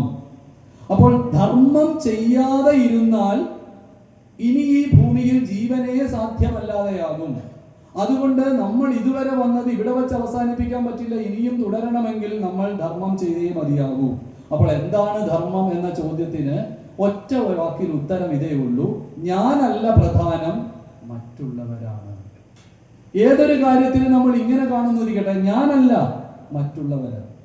ഈ കാഴ്ചപ്പാടാണ് ധർമ്മം. ദശരഥന്റെ 3 പത്നിമാർ, ആ 3 പത്നിമാർക്കും കൂടി കൊടുക്കേണ്ടുന്ന പായസം ദശരഥൻ 2 പേർക്കായിട്ട് കൊടുത്തു. അപ്പോഴാണ് പെട്ടെന്നൊരു ധർമ്മചിന്ത കൗസല്യയിൽ ഉണ്ടാവുന്നത്. താൻ എടുത്ത് കഴിക്കുന്നതിന് മുമ്പ് തന്നെ കിട്ടാതെ പോയ ഒരാൾക്ക് തന്റെ പകുതി കൊടുക്കാൻ തയ്യാറായപ്പോ പിന്നാലെ വന്ന 2ാമത്തെ ആൾക്കും അങ്ങനെ കൊടുക്കേണ്ടി വന്നു. അതൊരു ധർമാനുഷ്ഠാനമാണ്. ഈ ധർമാനുഷ്ഠാനത്തിൽ പ്രധാനം എന്താണ്? എൻ്റെ മുമ്പിൽ കിട്ടിയത് എനിക്കല്ല, മറ്റുള്ളവർക്ക് കൂടി ഉള്ളതാണ്. ചെറിയ പ്രായത്തിലുള്ള കുഞ്ഞുങ്ങൾ മുതൽ അത് ചിന്തിച്ചോണം. അച്ഛൻ വാങ്ങിച്ചു തന്ന കളിപ്പാട്ടം എനിക്ക് മാത്രം കളിക്കാനുള്ളതല്ല, കൂടെ ഉള്ളവർക്കൂടെ കളിക്കാനുള്ളതാണ്.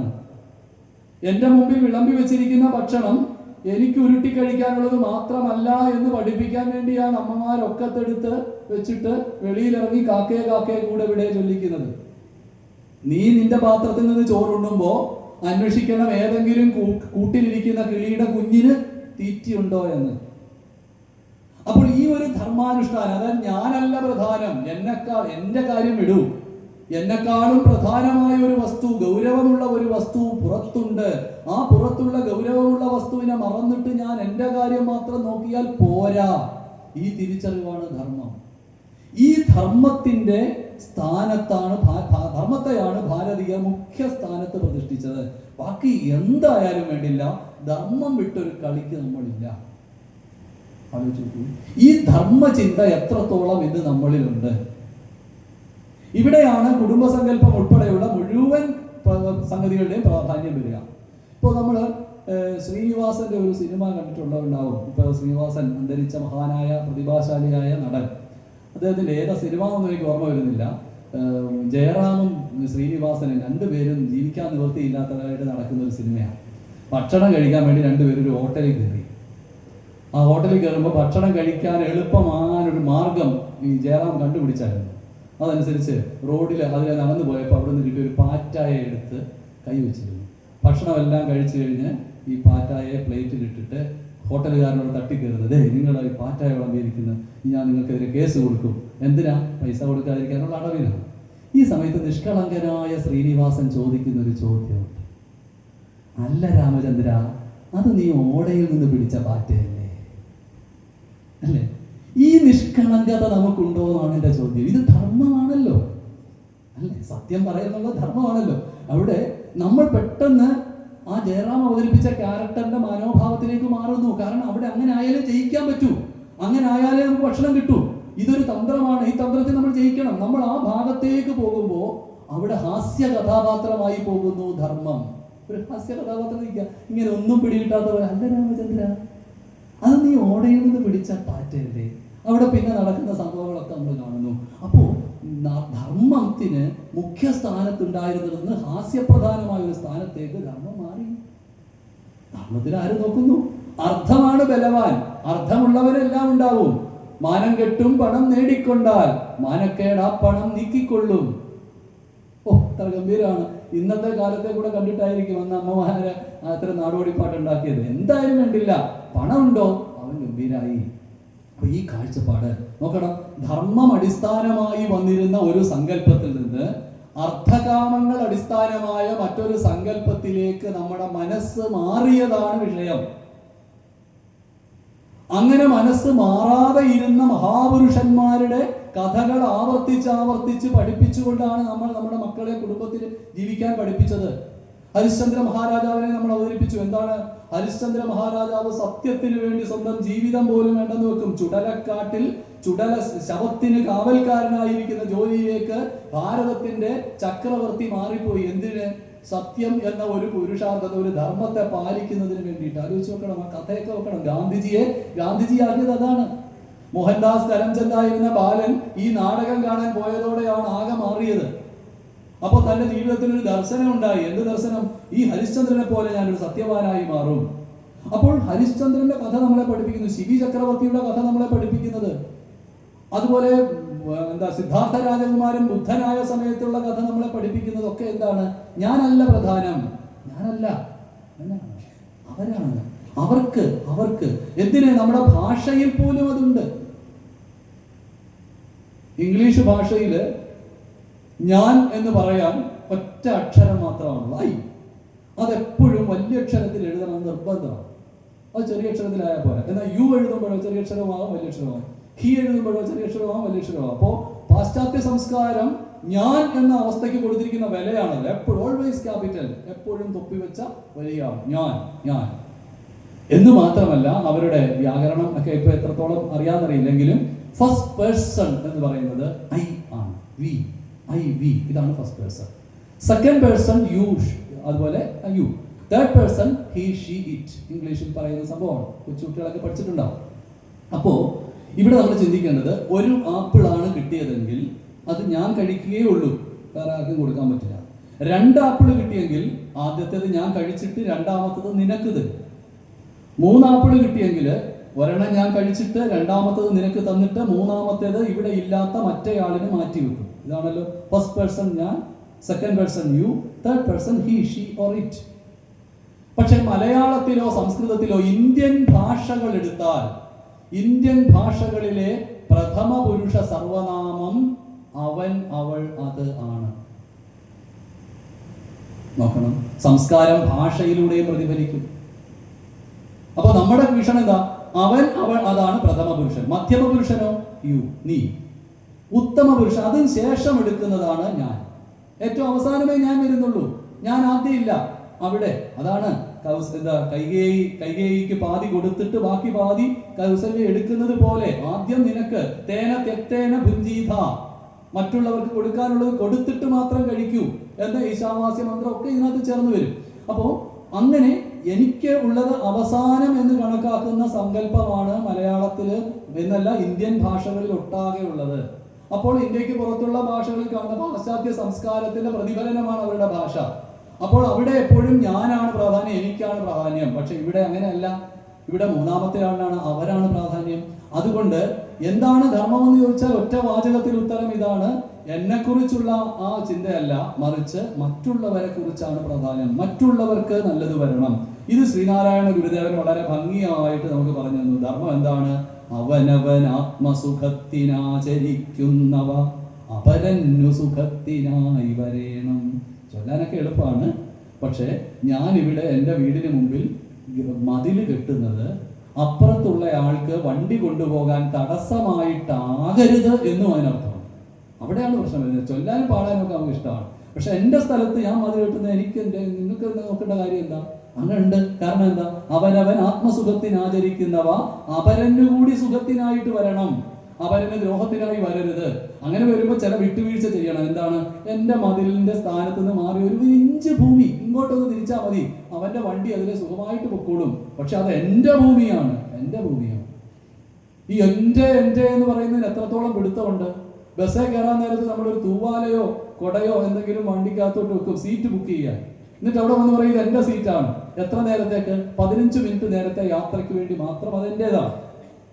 അതുപോലെ ഒരു ദീർഘയാത്രയിൽ ഒരു അല്പനേരമല്ലേ ഉള്ളൂ എൻ്റെ ഭൂമി. ഇത് എത്രയോ നാൾ മുമ്പ് ആരുടെയൊക്കെയോ ഭൂമിയായിരുന്നു, ഇനി എത്രയോ നാൾ പിന്നീട് ആരുടെയൊക്കെയോ ഭൂമി ആകാനിരിക്കുന്നു. അങ്ങനെ വരുമ്പോൾ ഈ എൻ്റെ എന്നുള്ള ഹുങ്കിന്റെ ആവശ്യം അവിടെ ഇല്ല. ഒരല്പം വിട്ടുവീഴ്ച ചെയ്താൽ അയൽപക്കക്കാരന് സ്വാതന്ത്ര്യമാവും. അയലു തഴപ്പതിനായ അതിപ്രയത്നം കൃപണത വിട്ട് കൃപാലു ചെയ്തിടേണം. ഇത് നമ്മുടെ ഉള്ളിലെ ധർമ്മബോധം കൊണ്ടുവരേണ്ടതാണ്. അപ്പൊ ധർമ്മബോധം എന്നുള്ളതിന്റെ സ്ഥാനത്ത് അർത്ഥബോധം വന്നപ്പോൾ, അല്ലെങ്കിൽ കാമബോധം വന്നപ്പോൾ, അപ്പോൾ പണവും സുഖവുമാണ് ജീവിതത്തിന്റെ മുഖ്യധാര എന്ന് വന്നപ്പോഴാണ് ഇത്തരത്തിലുള്ള ചിന്താഗതികളൊക്കെ ഉണ്ടായത്. ഇത് മാറ്റാൻ ഒന്നേ ഉള്ളൂ വഴി, ശരിയായ ധർമ്മബോധം എത്തിക്കുക. എങ്ങനെയാണ് ഒരു വ്യക്തി ആ വ്യക്തിയായി മാറിയത് എന്നുള്ളതിനെ സംബന്ധിച്ച്, അതായത് ഇങ്ങനെ പറയും നമ്മൾ, നിങ്ങൾ ഓർക്കുക നിങ്ങൾ എങ്ങനെ നിങ്ങളായെന്ന് കവി കടമ്മനിട്ടയുടെ ചോദ്യമാണ്. ഈ ചോദ്യത്തിനെ ഓരോ ആംഗിളിലും നമ്മൾ പഠിക്കണം. നിങ്ങൾ ഓർക്കുക നിങ്ങൾ എങ്ങനെ നിങ്ങളായെന്ന് എന്നോട് വ്യക്തിപരമായാണ് ചോദ്യമെങ്കിൽ എനിക്ക് പറയാനുണ്ടാവുക എൻ്റെ അച്ഛൻ്റെ കഷ്ടപ്പാട്, എൻ്റെ അമ്മയുടെ സ്നേഹം, കഷ്ടപ്പാട്, എന്നെ വളർത്തിയ എൻ്റെ വീട്ടുകാര്, ബന്ധുക്കള്, എനിക്ക് വേണ്ടി സ്ഥലം ഒഴിഞ്ഞു തന്ന ആൾക്കാർ, അങ്ങനെ അനേകം പേരുണ്ട്. അങ്ങനെയൊക്കെ ചേർന്നാണ് ഇന്ന് ഈ കാണുന്ന ഞാനായത്. ശരിയാണ്. അപ്പോൾ അവരോടൊക്കെ കടപ്പെട്ടതാണ് എൻ്റെ ജീവിതം. അപ്പോൾ എൻ്റെ ജീവിതത്തിന്റെ 1% അവർക്ക് തിരിച്ചു കൊടുക്കാനുള്ളതാണ്, സംശയമില്ല. ആ ഋണം എന്നിലുണ്ട്. ഈ ചോദ്യം മലയാളിയായ എന്നോടാണെങ്കിൽ, നിങ്ങൾ ഓർക്കുക നിങ്ങൾ എങ്ങനെ നിങ്ങളായെന്ന് കേരളീയനായ എന്നോടാണ് ആ ചോദ്യമെങ്കിൽ, അതിനകത്ത് ശ്രീനാരായണ ഗുരുദേവനും ചട്ടമ്പിസ്വാമികളും മഹാത്മാ അയ്യങ്കാളിയും ഒക്കെ നടത്തിയ ത്യാഗോജ്വലമായ സമരങ്ങളുണ്ട്. അതുപോലെ തന്നെ അതിനു മുമ്പ് എഴുത്തച്ഛന്റെ ഹരിനാമ കീർത്തനമുണ്ട്. അങ്ങനെ അനേകം വഴികളിലൂടെ നടന്നാണ് ഞാൻ എന്ന മലയാളി ഇവിടെ നിൽക്കുന്നത്. അപ്പോൾ എനിക്ക് എൻ്റെ ഈ സൊസൈറ്റിയോടൊരു ധർമ്മമുണ്ട്, അത് ചെയ്യണം, തിരിച്ച് ചെയ്തേ മതിയാവൂ. അപ്പൊ എൻ്റെ വീട്ടുകാരോടുള്ളതുപോലെ ഈ തരത്തിലുണ്ട്. അങ്ങനെ ഇതിനെ പല ആംഗിളിൽ പരിശോധിക്കുമ്പോൾ ഞാൻ ഏറെ കടപ്പെട്ടിരിക്കുന്നു പലരോടും എന്ന് മനസ്സിലാവും. ഈ കടമൊക്കെ വീട്ടാനുള്ളതാണ് ജീവിതം. അപ്പോ മനുഷ്യ ജീവിതത്തെ സനാതന ധർമ്മം നിർവചിക്കുന്നത് അതിൻ്റെ ആദ്യത്തെ ഒരു ഘട്ടം എന്ന് പറയുന്നത് ധർമ്മം പഠിക്കാൻ വേണ്ടിയിട്ട് മാത്രം, ഒരു പുരുഷാർത്ഥമായ ധർമ്മം എന്താണെന്ന് പഠിക്കാൻ വേണ്ടിയിട്ട് മാത്രം ഒരു ആശ്രമം എന്ന് പറഞ്ഞാൽ പീരീഡ് ഓഫ് ലൈഫ്, ഒരു ജീവിതത്തിന്റെ ഒരു കാലഘട്ടം മാറ്റിവെക്കണം. അത് നമ്മുടെയൊക്കെ ജീവിതത്തിന്റെ ഒരു കാലഘട്ടം എന്ന് പറഞ്ഞാൽ വിദ്യാഭ്യാസ കാലഘട്ടം. ആ വിദ്യാഭ്യാസ കാലഘട്ടം എന്തിനു വേണ്ടി നിശ്ചയിക്കണം? ധർമ്മം പഠിക്കാൻ, എന്താണ് ധർമ്മം എന്ന് പഠിക്കാൻ വേണ്ടി മാറ്റിവെക്കണം. അതിന് പറഞ്ഞ പേര് ബ്രഹ്മചര്യം എന്നാണ്. ഈ ബ്രഹ്മചര്യം 16 വർഷം വരെ ഉണ്ടാവാം. ഏത് വയസ്സ് മുതൽ? ശരിക്കും പറഞ്ഞാൽ നമ്മുടെ ധർമ്മ പഠനം ആരംഭിച്ചിരുന്നത് 12ാമത്തെ വയസ്സിലായിരുന്നു. അതുവരെ ബാല്യമാണ്, കളിച്ച് ചിരിച്ച് സുഖിച്ച് നടക്കും. അത് കഴിഞ്ഞാൽ 12ാമത്തെ വയസ്സ് മുതൽ ഒരു 16 വർഷം, ആ 16 വർഷം എന്താണ്? ധർമ്മം എന്താണ് എന്ന് പഠിക്കുകയാണ്. ധർമ്മം എന്താണ് എന്ന് ആചരിച്ചും പഠിച്ചും ആചാര്യ സവിധത്തിൽ പോയിരുന്നും മനസ്സിലാക്കുകയാണ്. ഇന്നാണെങ്കിൽ അനേകം മാർഗങ്ങളുണ്ട്, അതിലേക്ക് പിന്നീട് വരാം. അങ്ങനെ ധർമ്മം പഠിച്ച് ബ്രഹ്മചര്യം എന്ന ആശ്രമം പൂർത്തിയാക്കി കഴിഞ്ഞാൽ അപ്പോൾ നമ്മൾ മനസ്സിലാവും നമ്മൾ 4 പേരോട് കടമുള്ളവരാണ്. 4 പേരോട് കടമുണ്ടെന്ന് മനസ്സിലാവുന്നത് ഈ ബ്രഹ്മചര്യത്തിലൂടെ പോകുമ്പോഴാണ്. ഒന്ന്, തീർച്ചയായിട്ടും നമ്മൾ നമ്മുടെ സൊസൈറ്റിയോട് കടമുള്ളവരാണ്, അല്ലേ? 2, നമ്മുടെ മാതാപിതാക്കളോട് കടമുള്ളവരാണ്. 3ാമതായിട്ട് നമ്മളോട് തന്നെ കടമുള്ളവരാണ്. എങ്ങനെയെന്നാൽ ഇതിനു മുൻപത്തെ എൻ്റെ ജന്മത്തിൽ ഈ അച്ഛനമ്മമാരുടെ ഒന്നും മകനായിട്ടല്ലായിരുന്നു, വേറെ ചില കാര്യങ്ങളായിരുന്നു. അന്ന് ഞാൻ ചെയ്തിട്ട് പകുതിയാക്കി വെച്ചു പോയ പല സാധനങ്ങളുമുണ്ട്. അത് പൂരിപ്പിക്കുന്നതിന് വേണ്ടി കൂടിയാണ് ഞാൻ ഇപ്പോൾ വന്നിരിക്കുന്നത്. അപ്പോൾ എൻ്റെ ഇതുവരെയുള്ള ജീവിതത്തിന്റെ കണ്ടിന്യൂവേഷൻ ആയിട്ട് എനിക്ക് ചില ചെയ്യാനുണ്ട്. എനിക്ക് എന്നോടുള്ള ധർമ്മമുണ്ട്, കടമുണ്ട്. ഇനി മറ്റൊന്ന്, എനിക്ക് ഇത്രയും ഐശ്വര്യങ്ങളൊക്കെ അണച്ചു തന്ന ഈശ്വരനോട്, ദൈവത്തോട്, ദേവതമാരോട് എനിക്ക് കടബാധ്യതയുണ്ട്. അപ്പോൾ ഈ 4 ഋണങ്ങളും വീടണം. ദേവഋണം, അതുപോലെ തന്നെ പിതൃഋണം, അതുപോലെ സാമൂഹികമായ ഋണം, നര ഋണം എന്ന് പറയുന്നത്, നരഋണം, ആത്മഋണം, ബ്രഹ്മഋണം, ഇതൊക്കെ എനിക്ക് വീടണം. ഈ കടമൊക്കെ വീടണം. ഈ കടമൊക്കെ വീടണമെങ്കിൽ എന്ത് വേണം? ഈ കടമൊക്കെ വീടണമെങ്കിൽ എനിക്ക് എൻ്റെ ജീവിതത്തിൽ നിന്ന് ചിലതൊക്കെ ഉണ്ടാക്കി സമൂഹത്തിന് കൊടുക്കണം. അപ്പോഴല്ലേ അത് വീടുള്ളൂ. അതിനെനിക്ക് പണം വേണം, അതിനെനിക്കൊരു സഹചാരി വേണം, എന്നോടൊപ്പം ഈ ധർമ്മം ചെയ്യാനായിട്ട് എനിക്കൊരു കൂട്ടുകാരി അല്ലെങ്കിൽ കൂട്ടുകാരൻ വേണം. അതിനുവേണ്ടി ഞാൻ ഗൃഹസ്ഥ്യം എന്ന ആശ്രമത്തിലേക്ക് പോകുന്നു. 2ാമത്തെ ആശ്രമത്തിലേക്ക് എന്തിനാ പോവുക? എനിക്ക് പണം ഉണ്ടാവണം. ആ പണത്തോടൊപ്പം തന്നെ എനിക്ക് ഈ കാര്യങ്ങൾ ചെയ്യാൻ എൻ്റെ ഒരു സഹകാരി ഉണ്ടാവണം. ഇവരോടൊപ്പം ചേർന്ന് ഞാൻ ഈ 4 കടങ്ങളും വീട്ടണം. 4 കടത്തിൽ സമൂഹത്തിനോടുള്ള കടം എങ്ങനെ വീട്ടും? സമൂഹത്തിന് നല്ലത് ചെയ്ത് വീട്ടും. ഇപ്പോൾ അതാ ഇവിടെ കണ്ടു, സമൂഹത്തിലുള്ള ബുദ്ധിമുട്ടുള്ള ഒരാൾക്ക് സമൂഹത്തിലുള്ള മറ്റു ചിലർ ചേർന്ന് ഒരു സമ്മാനം സമാഹരിച്ചു കൊടുക്കുന്നു. ഇത് സമൂഹത്തിനോട് ചെയ്യുന്ന ഒരു ചെറിയ കടപ്പാട് വീട്ടലാണ്. ഇതുപോലെ അനേകം കാര്യങ്ങൾ അങ്ങനെ നമ്മൾ സമൂഹത്തിന്റെ അംഗമായി നിന്നുകൊണ്ട് ചെയ്യുമ്പോഴാണ് ആ ഒരു ഋണം വീടുന്നത്. മാതാപിതാക്കളോടുള്ള കടപ്പാട് എങ്ങനെ വീടും? മാതാപിതാക്കളുടെ കടപ്പാട് വീടണമെങ്കിൽ പ്രജ ഉണ്ടാവണം. അവർക്ക് ഈ തലമുറ വരെ എത്തിച്ച മാതാപിതാക്കൾക്ക്, പൂർവികന്മാർക്ക് അവരുടെ പരമ്പരയെ തുടർന്ന് നടത്തിക്കൊണ്ട് പോകാൻ അടുത്ത തലമുറ വേണം. അപ്പൊ അച്ഛനമ്മമാരോടുള്ള കടപ്പാട് വീടുന്നത് നമുക്ക് മക്കൾ ഉണ്ടാകുമ്പോഴാണ്. അതായത് അവർക്ക് പൗത്ര ജന്മം ദർശിക്കുമ്പോൾ, പൗത്രനോ പൗത്രിയോ ഉണ്ടാകുമ്പോഴാണ്. ഇത് പറയാറുണ്ട്. നമ്മളെന്താ ഇതൊക്കെ ഉറപ്പിച്ച് വെച്ച് പറയുന്നത് എന്താണ്? ബലിയിടാൻ നേരത്ത് അപ്പോൾ മക്കളില്ലാത്ത വല്ല വിവാഹം കഴിക്കാത്തയാളാണ് ബലിയിടുന്നതെങ്കിൽ പിതൃക്കൾ ആ ബലി സ്വീകരിക്കില്ല. കാരണം എന്താ? നിന്നോടുകൂടി ഈ ബലി കർമ്മം നിന്നു പോവല്ലേ, ഇനി ഞങ്ങളെ ആരോർക്കാനാ? അതുകൊണ്ട് മക്കൾ കല്യാണം കഴിച്ചു, മക്കളൊക്കെ ഉണ്ടായി, അവർ ബലിയിടുന്നത് കാണുമ്പോൾ സന്തോഷമാണ്. പൗത്രൻ ബലിയിടുമ്പോൾ പവിത്രം പോലും വേണ്ട എന്നാണ് പറയും. സാധാരണ ബലിയിടുമ്പോൾ പവിത്രം വെച്ചിട്ടാണ്. പൗത്രനാണ് ബലിയിടുന്നത്, കൊച്ചുമാനാണ് ബലിയിടുന്നതെങ്കിൽ പവിത്രം പോലും വേണ്ട. അത്രയ്ക്ക് സന്തോഷമാണ് അവർക്ക്. എന്താ? ഞങ്ങളുടെ വംശപരമ്പര എത്രമാത്രം സഫറിങ്ങിലൂടെ, എത്ര കഷ്ടതയിലൂടെ നടന്നു പോയ ഒരു വംശപരമ്പരയാണ്.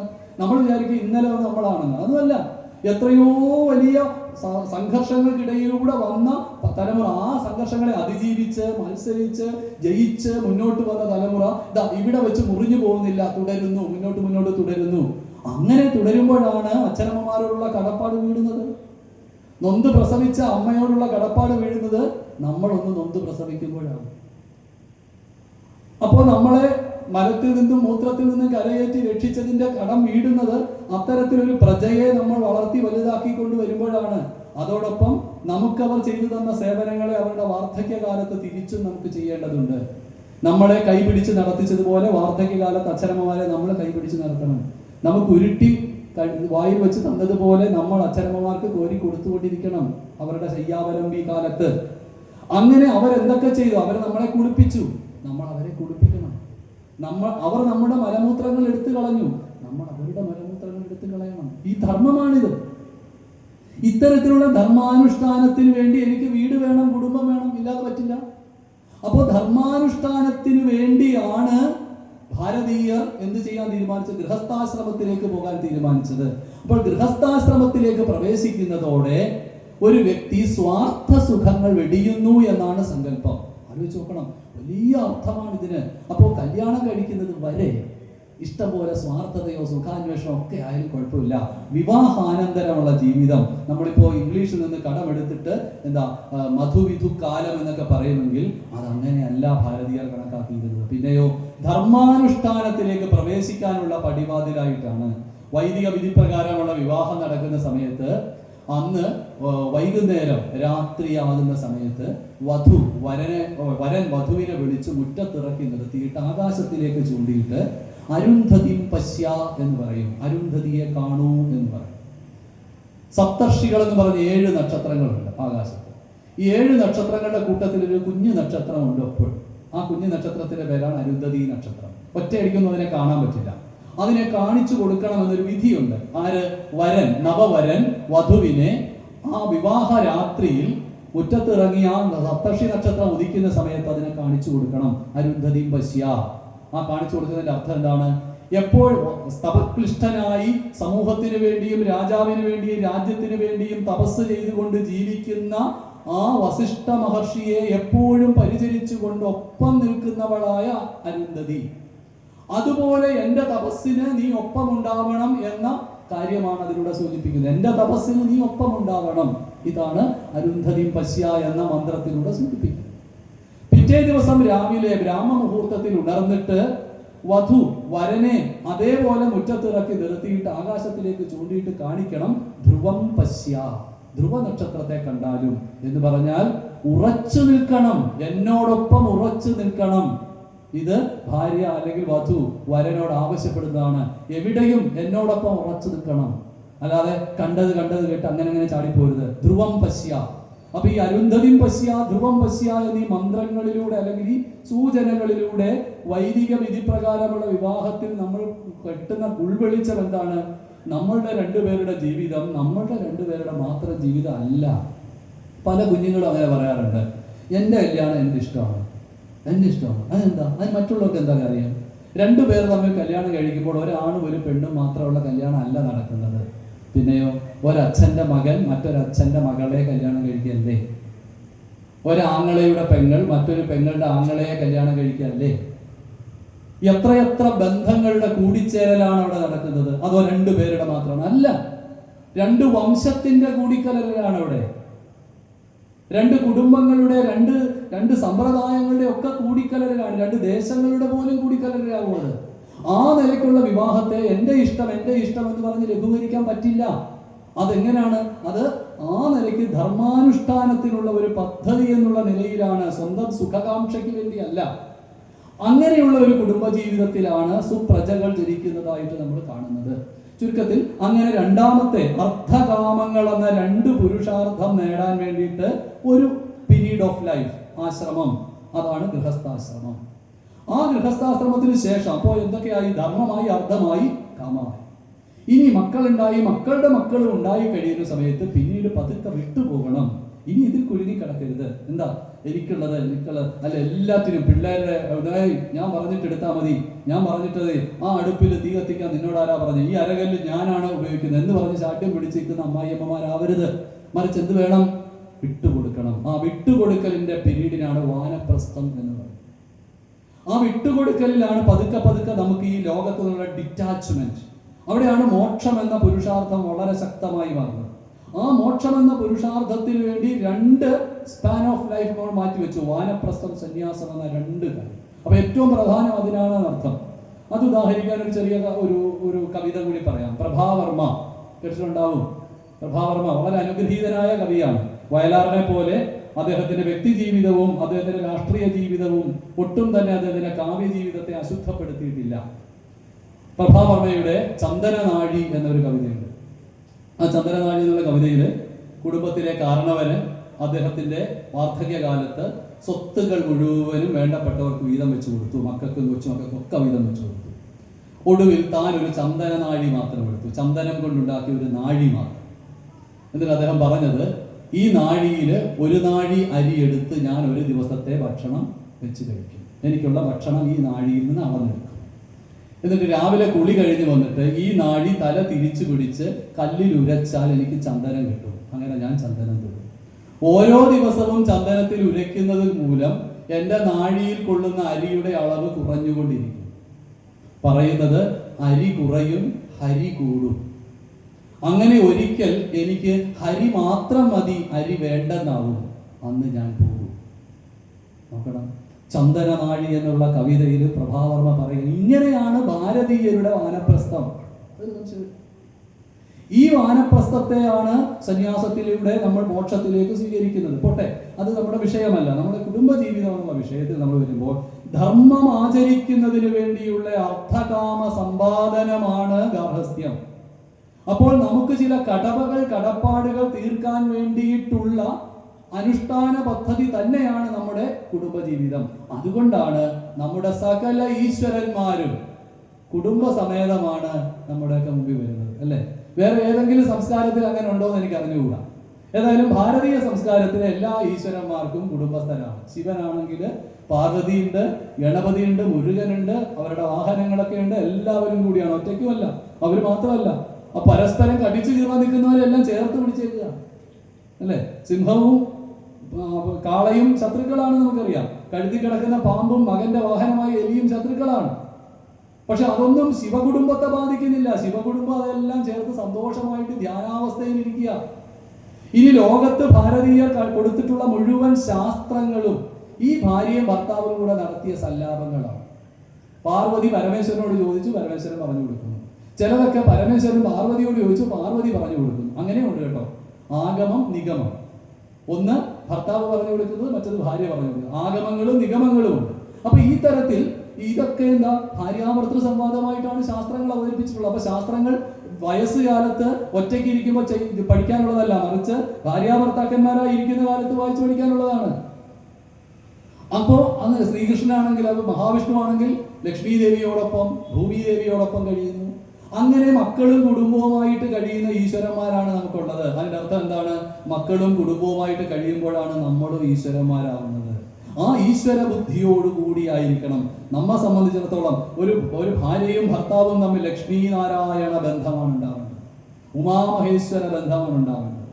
ഈ നിലയ്ക്ക് പുലരുന്ന കുടുംബ ജീവിതത്തെക്കുറിച്ചാണ് ഭാരതീയർ സങ്കല്പിക്കുന്നത്.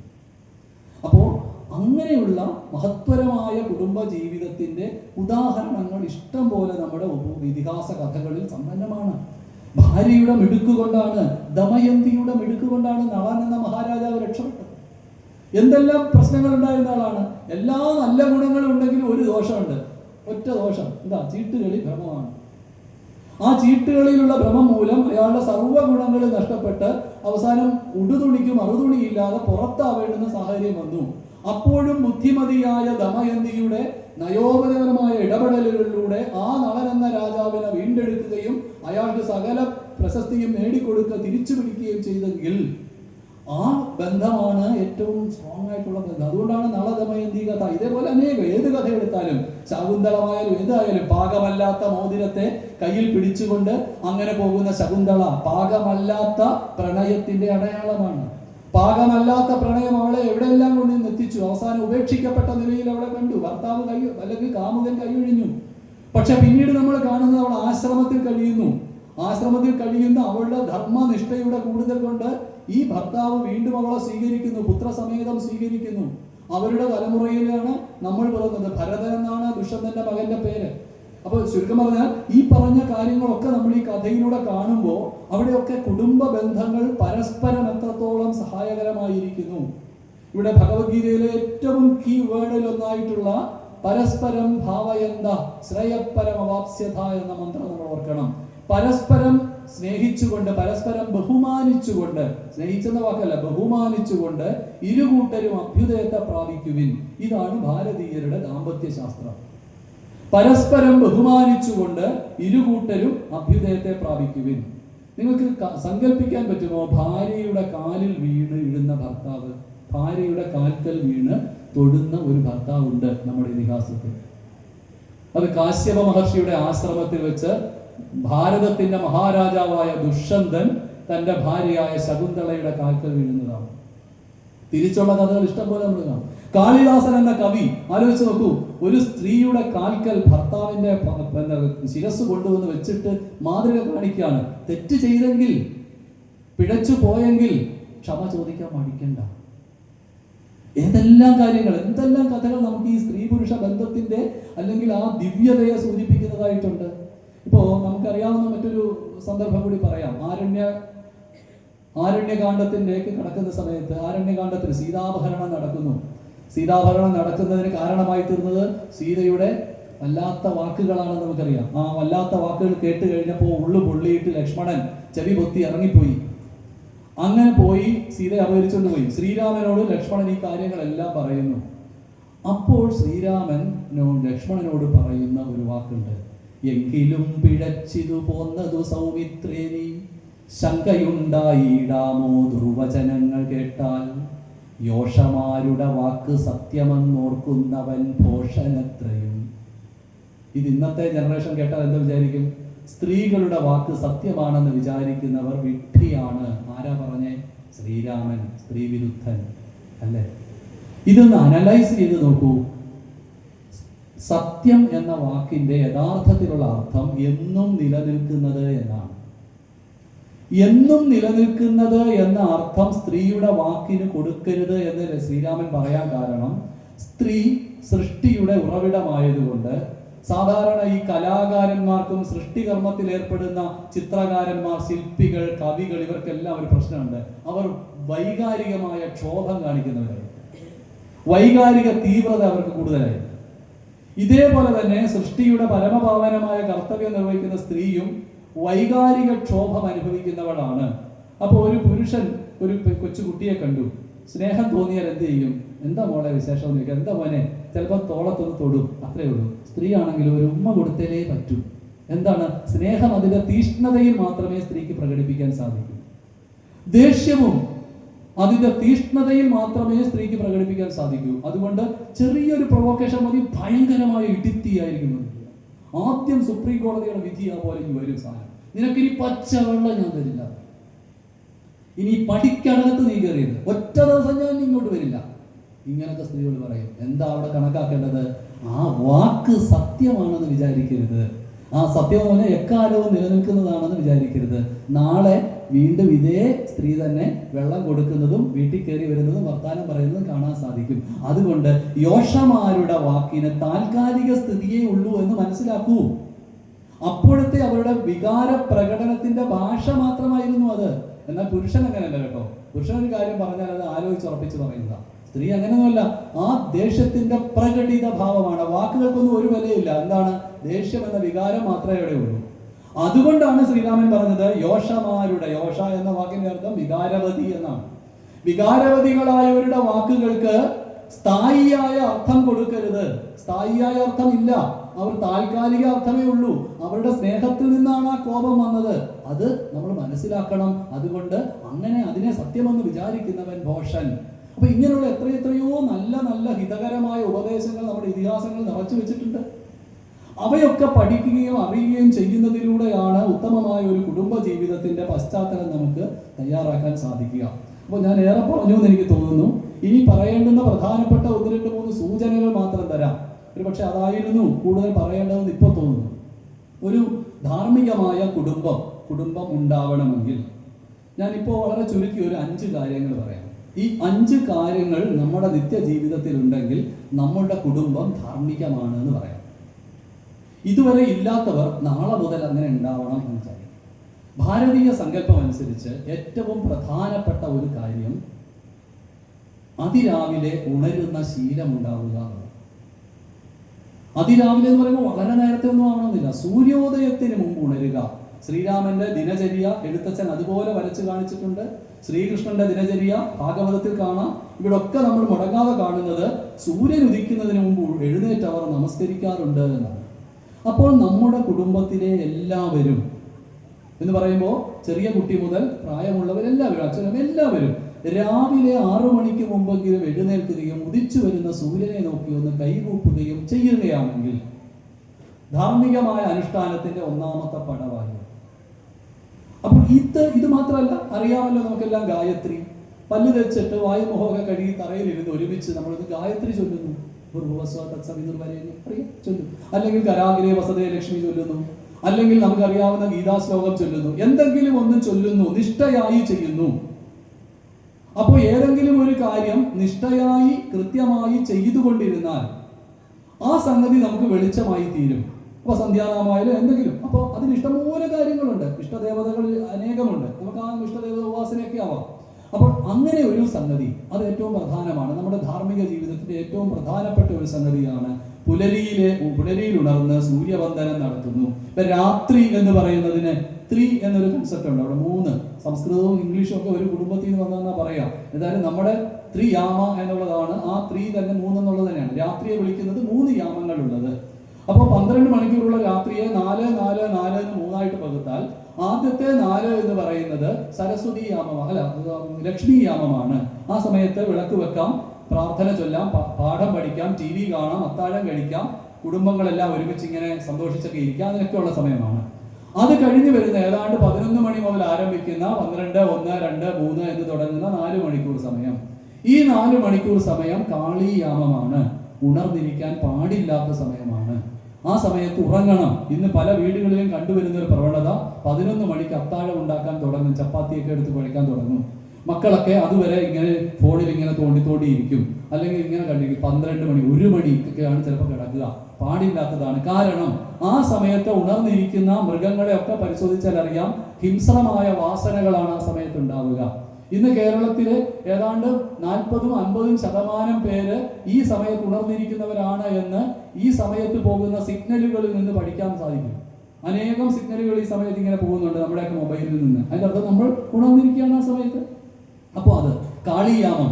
അത് കഴിഞ്ഞ് വരുന്ന 4, 5, 6 എന്നീ സമയം 3, 4, 5, 6 ഈ മണിക്കൂറുകൾ പ്രഭാതവേളയാണ്. ഈ സമയം സരസ്വതി യാമം എന്നാണ് പറയുക. ബുദ്ധി ഏറ്റവും അധികം തെളിഞ്ഞ സമയം. ഇന്ന് നമ്മൾ കാണുന്ന ഒരു പ്രവണത സരസ്വതി യാമത്തിൽ ഉറങ്ങുകയും കാളിയാമത്തിൽ ഉണർന്നിരിക്കുകയും ചെയ്യുന്നു എന്നുള്ളതാണ്. അപകടമാണ്. അതുകൊണ്ട് ഇത് തിരിക്കണം. നമ്മൾ നേരത്തെ ഉറങ്ങണം, നേരത്തെ ഉണരണം. ഇത് ഭാരതീയരുടെ ഒരു ശീലമാണ്. അപ്പോൾ ഇത്തരത്തിലുള്ള ചില കാര്യങ്ങൾ നിഷ്ഠാപൂർവം ചെയ്യുന്ന ഒരു പ്രവർത്തനം നമുക്കുണ്ടാവണം. നമ്മുടെ ജീവിതത്തിൽ ഒരു ചിട്ടയുണ്ടാവണം. ആ ചിട്ടയിൽ എവിടെയെങ്കിലും ഓരോരുത്തർക്കും ഓരോ ഇഷ്ടദേവത കാണുമല്ലോ. എനിക്ക് സരസ്വതിയാണ് എങ്കിൽ, അല്ലെങ്കിൽ എനിക്ക് ഭഗവതിയാണ്, അപ്പോൾ ലളിതാ സഹസ്രനാമം ഞാൻ ചൊല്ലും എല്ലാ ദിവസവും ഇല്ല, മലയാള മാസം 1-ാം തീയതി ഞാൻ മുടങ്ങാതെ അത് ചൊല്ലും. ആ ഒരു ശീലം എനിക്കുണ്ട്, എൻ്റെ കുട്ടിക്കോ ഇങ്ങനെ ഒരു അപ്പൊ ആ കുടുംബത്തിൽപ്പെടുന്ന എല്ലാവർക്കും ഏതെങ്കിലും ഒരു നിഷ്ഠയുണ്ട്. ആ നിഷ്ഠ ഉണ്ട് എങ്കിൽ നമ്മുടെ കുടുംബജീവിതം ധാർമ്മികമായ കുടുംബജീവിതമാണെന്നതിന് ഒരടയാളമാണ്. ഞാൻ പറഞ്ഞ ഒരു കാര്യമാണ്. മറ്റൊന്ന്, രണ്ടാമത്, ഇപ്പോൾ ഞാൻ രാമായണത്തെ സംബന്ധിച്ചോ ഇതിഹാസങ്ങളെ സംബന്ധിച്ചോ ഒക്കെ ഒരുപാട് സൂചനകൾ, കഥകൾ, കവിതകളൊക്കെ പറഞ്ഞു. എവിടെ നിന്നാണ് ഇതൊക്കെ കിട്ടുന്നത്? വായിച്ചിട്ടാണ്. വായന ഉണ്ടാവണം. വെറുതെ അങ്ങനെ വായിക്കലല്ല, ഒരുമിച്ചിരുന്ന് വായിക്കാൻ പറ്റുമോ നോക്കണം, പരിശ്രമിച്ച് നോക്കണം. ഒറ്റയ്ക്ക് അവരോട് ഇഷ്ടമുള്ളത് ഇങ്ങനെ വായിക്കാനല്ലാതെ വായിക്കാൻ വേണ്ടി വീട്ടിൽ ഒരു ചെറിയ സമയം കണ്ടെത്തണം. ഒരു 20 മിനിറ്റ് മതി, കൂടുതലൊന്നും വേണ്ട. 20 മിനിറ്റ് നമുക്കൊന്ന് വായിക്കാം. എന്താ വായിക്കാം? നമുക്കൊരു കാര്യം ചെയ്യാം. നമുക്ക് ജ്ഞാനപ്പാര വായിച്ചു തുടങ്ങാം. ജ്ഞാനപ്പാര കുറച്ച് ഞാൻ വായിക്കും, ബാക്കി മോൻ വായിക്കും, അടുത്ത അച്ഛൻ വായിക്കും. ഒരു 2 പേജേ ഒരു ദിവസം വായിച്ചുള്ളൂ, ബാക്കി അടുത്ത ദിവസം വായിക്കും. ഏതെങ്കിലും ഒരു പുസ്തകം തുടർച്ചയായി വായിക്കുന്ന സ്വഭാവമുണ്ടോ? കുറച്ച് കഴിഞ്ഞു രാമായണം വായിക്കാം, അർത്ഥം മനസ്സിലായ വായിച്ചു നോക്കാം. ഇനി അതുപോലെ ഈ മൊബൈൽ ഫോണില്, യൂട്യൂബില് ചിദാനന്ദപുരി സ്വാമിജിയുടെ അല്ലെങ്കിൽ അധ്യാത്മാനന്ദ സ്വാമിജിയുടെ ഒക്കെ ചെറിയ നല്ല പ്രഭാഷണങ്ങൾ 8 മിനിറ്റ് 12 മിനിറ്റ് ഒക്കെ ഉള്ളതുണ്ട്.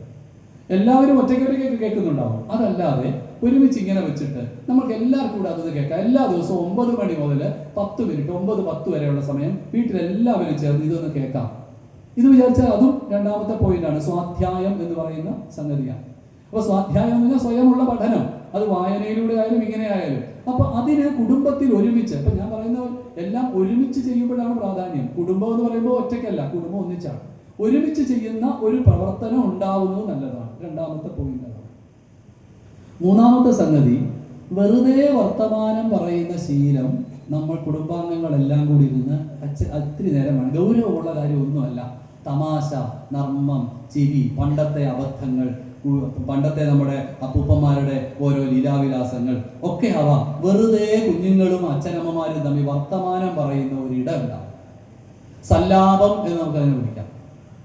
എൻ്റെയൊക്കെ ജീവിതത്തിൽ ഏറ്റവും വലിയ ധന്യതയായിട്ട് ഞാൻ കാണുന്നതാണ്. അച്ഛനൊക്കെ ഒരു കടയുണ്ടായിരുന്നു. കട കഴിഞ്ഞ് വന്ന് ചാരുകസേര മുറ്റത്തിട്ട് ഇങ്ങനെ ഇരിക്കും. അപ്പോൾ അന്ന് ഫാനൊന്നും ഇല്ലാത്ത കാലമായിട്ട് ചാരുകസേര മുറ്റത്തിട്ട് ഇരിക്കുമ്പോൾ നിലാവൊക്കെ ഉണ്ടാവും. അമ്മ ഉടനെ അടുത്ത് ഒരു സ്റ്റൂളൊക്കെ ഇട്ട് അമ്മ അടുത്ത് പോയിരിക്കും. പാള കൊണ്ടുള്ള ഒരു വിശറിയോട് ഇങ്ങനെ വീശിക്കൊണ്ടിരിക്കും. അപ്പോൾ അവിടെ അങ്ങനെ അച്ഛനും അമ്മയും അവിടെ വന്നിരുന്നു എന്ന് കണ്ടാൽ ഞങ്ങൾക്ക് കിട്ടുന്ന സിഗ്നൽ എന്താ? പഠിത്തം മതി, ഇനി ഞങ്ങൾക്ക് പോകാം, വഴക്കൊന്നും പറയില്ല. ഞങ്ങൾ പുസ്തകം മടക്കി വെച്ചിട്ട് ഞാനും എൻ്റെ ചേച്ചിയും കൂടെ അച്ഛൻ്റെ അമ്മയുടെ അപ്പുറത്ത് പോയിട്ട് ഇങ്ങനെ ഇരിക്കും. അങ്ങനെയാണ് നാറാണത്ത് ഭ്രാന്തന്റെ കഥ കേട്ടത്. അങ്ങനെയാണ് ഞങ്ങൾ ഈ നിലാവത്തിരുന്ന് ചില കളികൾ കളിച്ചത്. രസകരമായിരുന്നു.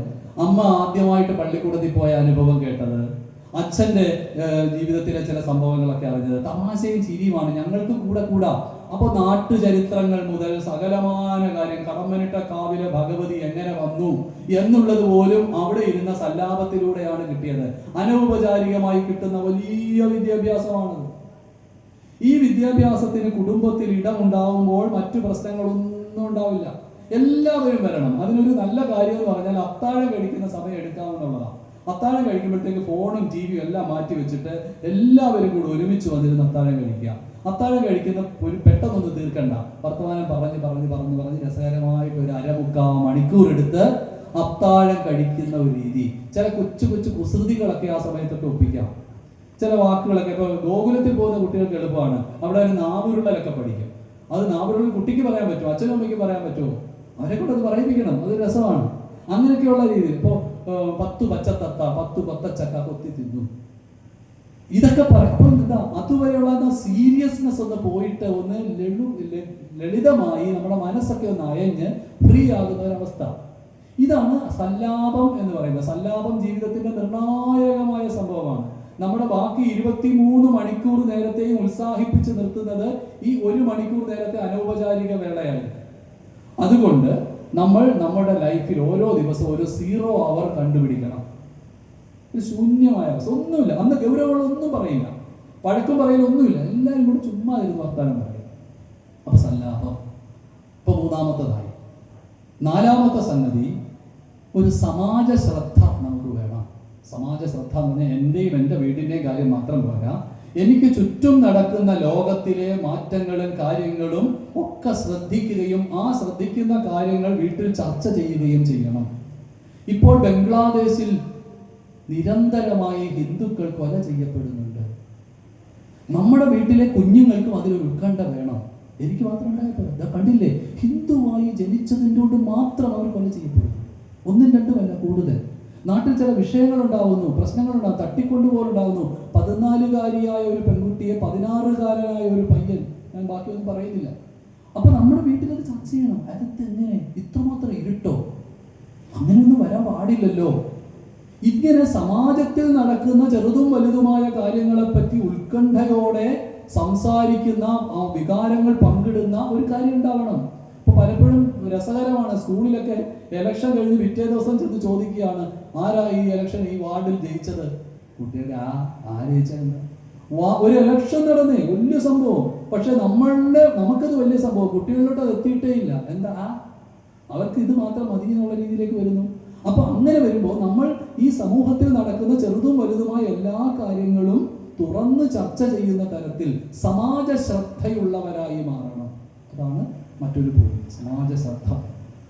ഇതുപോലെ അടുത്ത 5ാമത്തെ പ്രധാനപ്പെട്ട ഒരു സംഗതി, ഒരു കുടുംബം നമ്മൾ ആ നിലയ്ക്ക് മുന്നോട്ട് പോകുമ്പോൾ സ്വത്വം അഥവാ സംസ്കാരം, അതിലൊരു ശ്രദ്ധയുണ്ടാവണം. സംസ്കാരം അറിയപ്പെടുന്നത് ഭക്ഷണത്തിലൂടെയും വസ്ത്രധാരണത്തിലൂടെയും ഭാഷയിലൂടെയും പെരുമാറ്റത്തിലൂടെയുമാണ്. നമുക്കറിയാം, ഭാരതീയരുടെ, പ്രത്യേകിച്ച് കേരളീയരുടെ വളരെ ലളിതമായ ഒരു ഭക്ഷണ രീതിയുണ്ട്. എന്താണ് കേരളത്തിന്റെ തനത് ഭക്ഷണം എന്ന് ചോദിച്ചാൽ, വലിയ പണ്ഡിതന്മാരോടൊന്നും അല്ല ചോദിക്കുന്നത്, സാധാരണക്കാരോട് ചോദിച്ചാൽ അവർ പറയും ഇലയിട്ടുള്ള സദ്യയാണ്. ഇതൊരു സംസ്കാരമാണ്. ഇലയിട്ടുള്ള സദ്യ നമ്മുടെ സംസ്കാരമാണ്.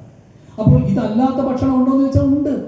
പക്ഷേ നമ്മുടെ വിശേഷ അവസരങ്ങളിൽ ഇത് തന്നെ ആവണം.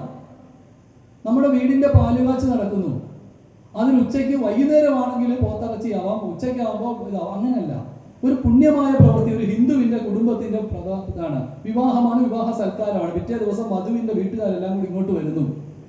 ഇത് ഹിന്ദുവിന്റെ വീട്ടിലെ പുണ്യമായ ഒരു പ്രവൃത്തിയാണ്. പഞ്ചമഹായജ്ഞങ്ങളിൽ ഒന്നാണ് അവിടെ നടന്നിരിക്കുന്നത്. അവിടെ അപ്പോ നമ്മുടെ സദ്യ, നമ്മുടെ ഭക്ഷണം. അപ്പൊ ഒരുപാട് പ്രതിഷേധം. അങ്ങനെയല്ല, നാടൊട്ടുക്ക് അങ്ങനെയാ. സംസ്കാരത്തിൽ ശ്രദ്ധയുണ്ടാവണം. വേഷം, പലതരത്തിലുള്ള വേഷങ്ങളുണ്ട്. പക്ഷെ കേരളീയന്റെ വേഷം ഏതാണെന്ന് ചോദിച്ചാൽ എല്ലാവർക്കും അറിയാം. ഇന്ന് ആൺകുട്ടികൾ, നമ്മുടെ കുട്ടികൾ ആ വേഷം ധരിക്കുന്നുണ്ടോ? ഇവിടെയൊക്കെ വന്നപ്പോൾ വളരെ സന്തോഷം തോന്നി. ബാലോടത്തിലൊക്കെ പോകുന്ന കുട്ടികളൊക്കെ 10ാം ക്ലാസ്സുകാരനൊക്കെ ഒരു കാവി മുണ്ടും ഒക്കെ ഉടുത്ത്, അല്ലെങ്കിൽ ഒരു ചെറിയ മുണ്ടും ഒക്കെ ഉടുത്ത് ഇങ്ങനെ വരുന്നു. ഇന്ന് എല്ലാവരും അവിടെ ഇവിടെ എത്താത്ത ചില സാധനങ്ങളൊക്കെയാണ് ധരിക്കുക. അപ്പോൾ നമുക്ക് നമ്മുടെ വിശേഷാവസരങ്ങൾ, ക്ഷേത്രത്തിൽ പോകാൻ നേരത്ത്, പിറന്നാളിന്, അങ്ങനെയൊക്കെയുള്ള സമയങ്ങളിൽ നമ്മുടെ വേഷം നമ്മുടെ കേരളീയമായ വേഷമായിക്കോട്ടെ. അവർ ടൂർ പോകുമ്പോൾ ഏത് വേഷം ധരിച്ചോട്ടെ, അതൊന്നും ഞാൻ പറയുന്നില്ല. പള്ളിക്കൂടത്തിൽ പോകുമ്പോൾ അത് ധരിച്ചോട്ടെ. പക്ഷേ വിശേഷ മുഹൂർത്തങ്ങളിൽ, ഓണത്തിന്, വിഷുവിന്, ദീപാവലിക്ക്, അമ്പലത്തിൽ പോകുമ്പോൾ, അതുപോലെ വല്യച്ഛന്റെ ശ്രാദ്ധത്തിന് പോകുമ്പോൾ, ഇങ്ങനെയൊക്കെയുള്ള സമയത്ത് പരമ്പരാഗതമായ വസ്ത്രധാരണം വേണം. അത് സ്ത്രീ ആയാലും പുരുഷനായാലും അത് വേണം.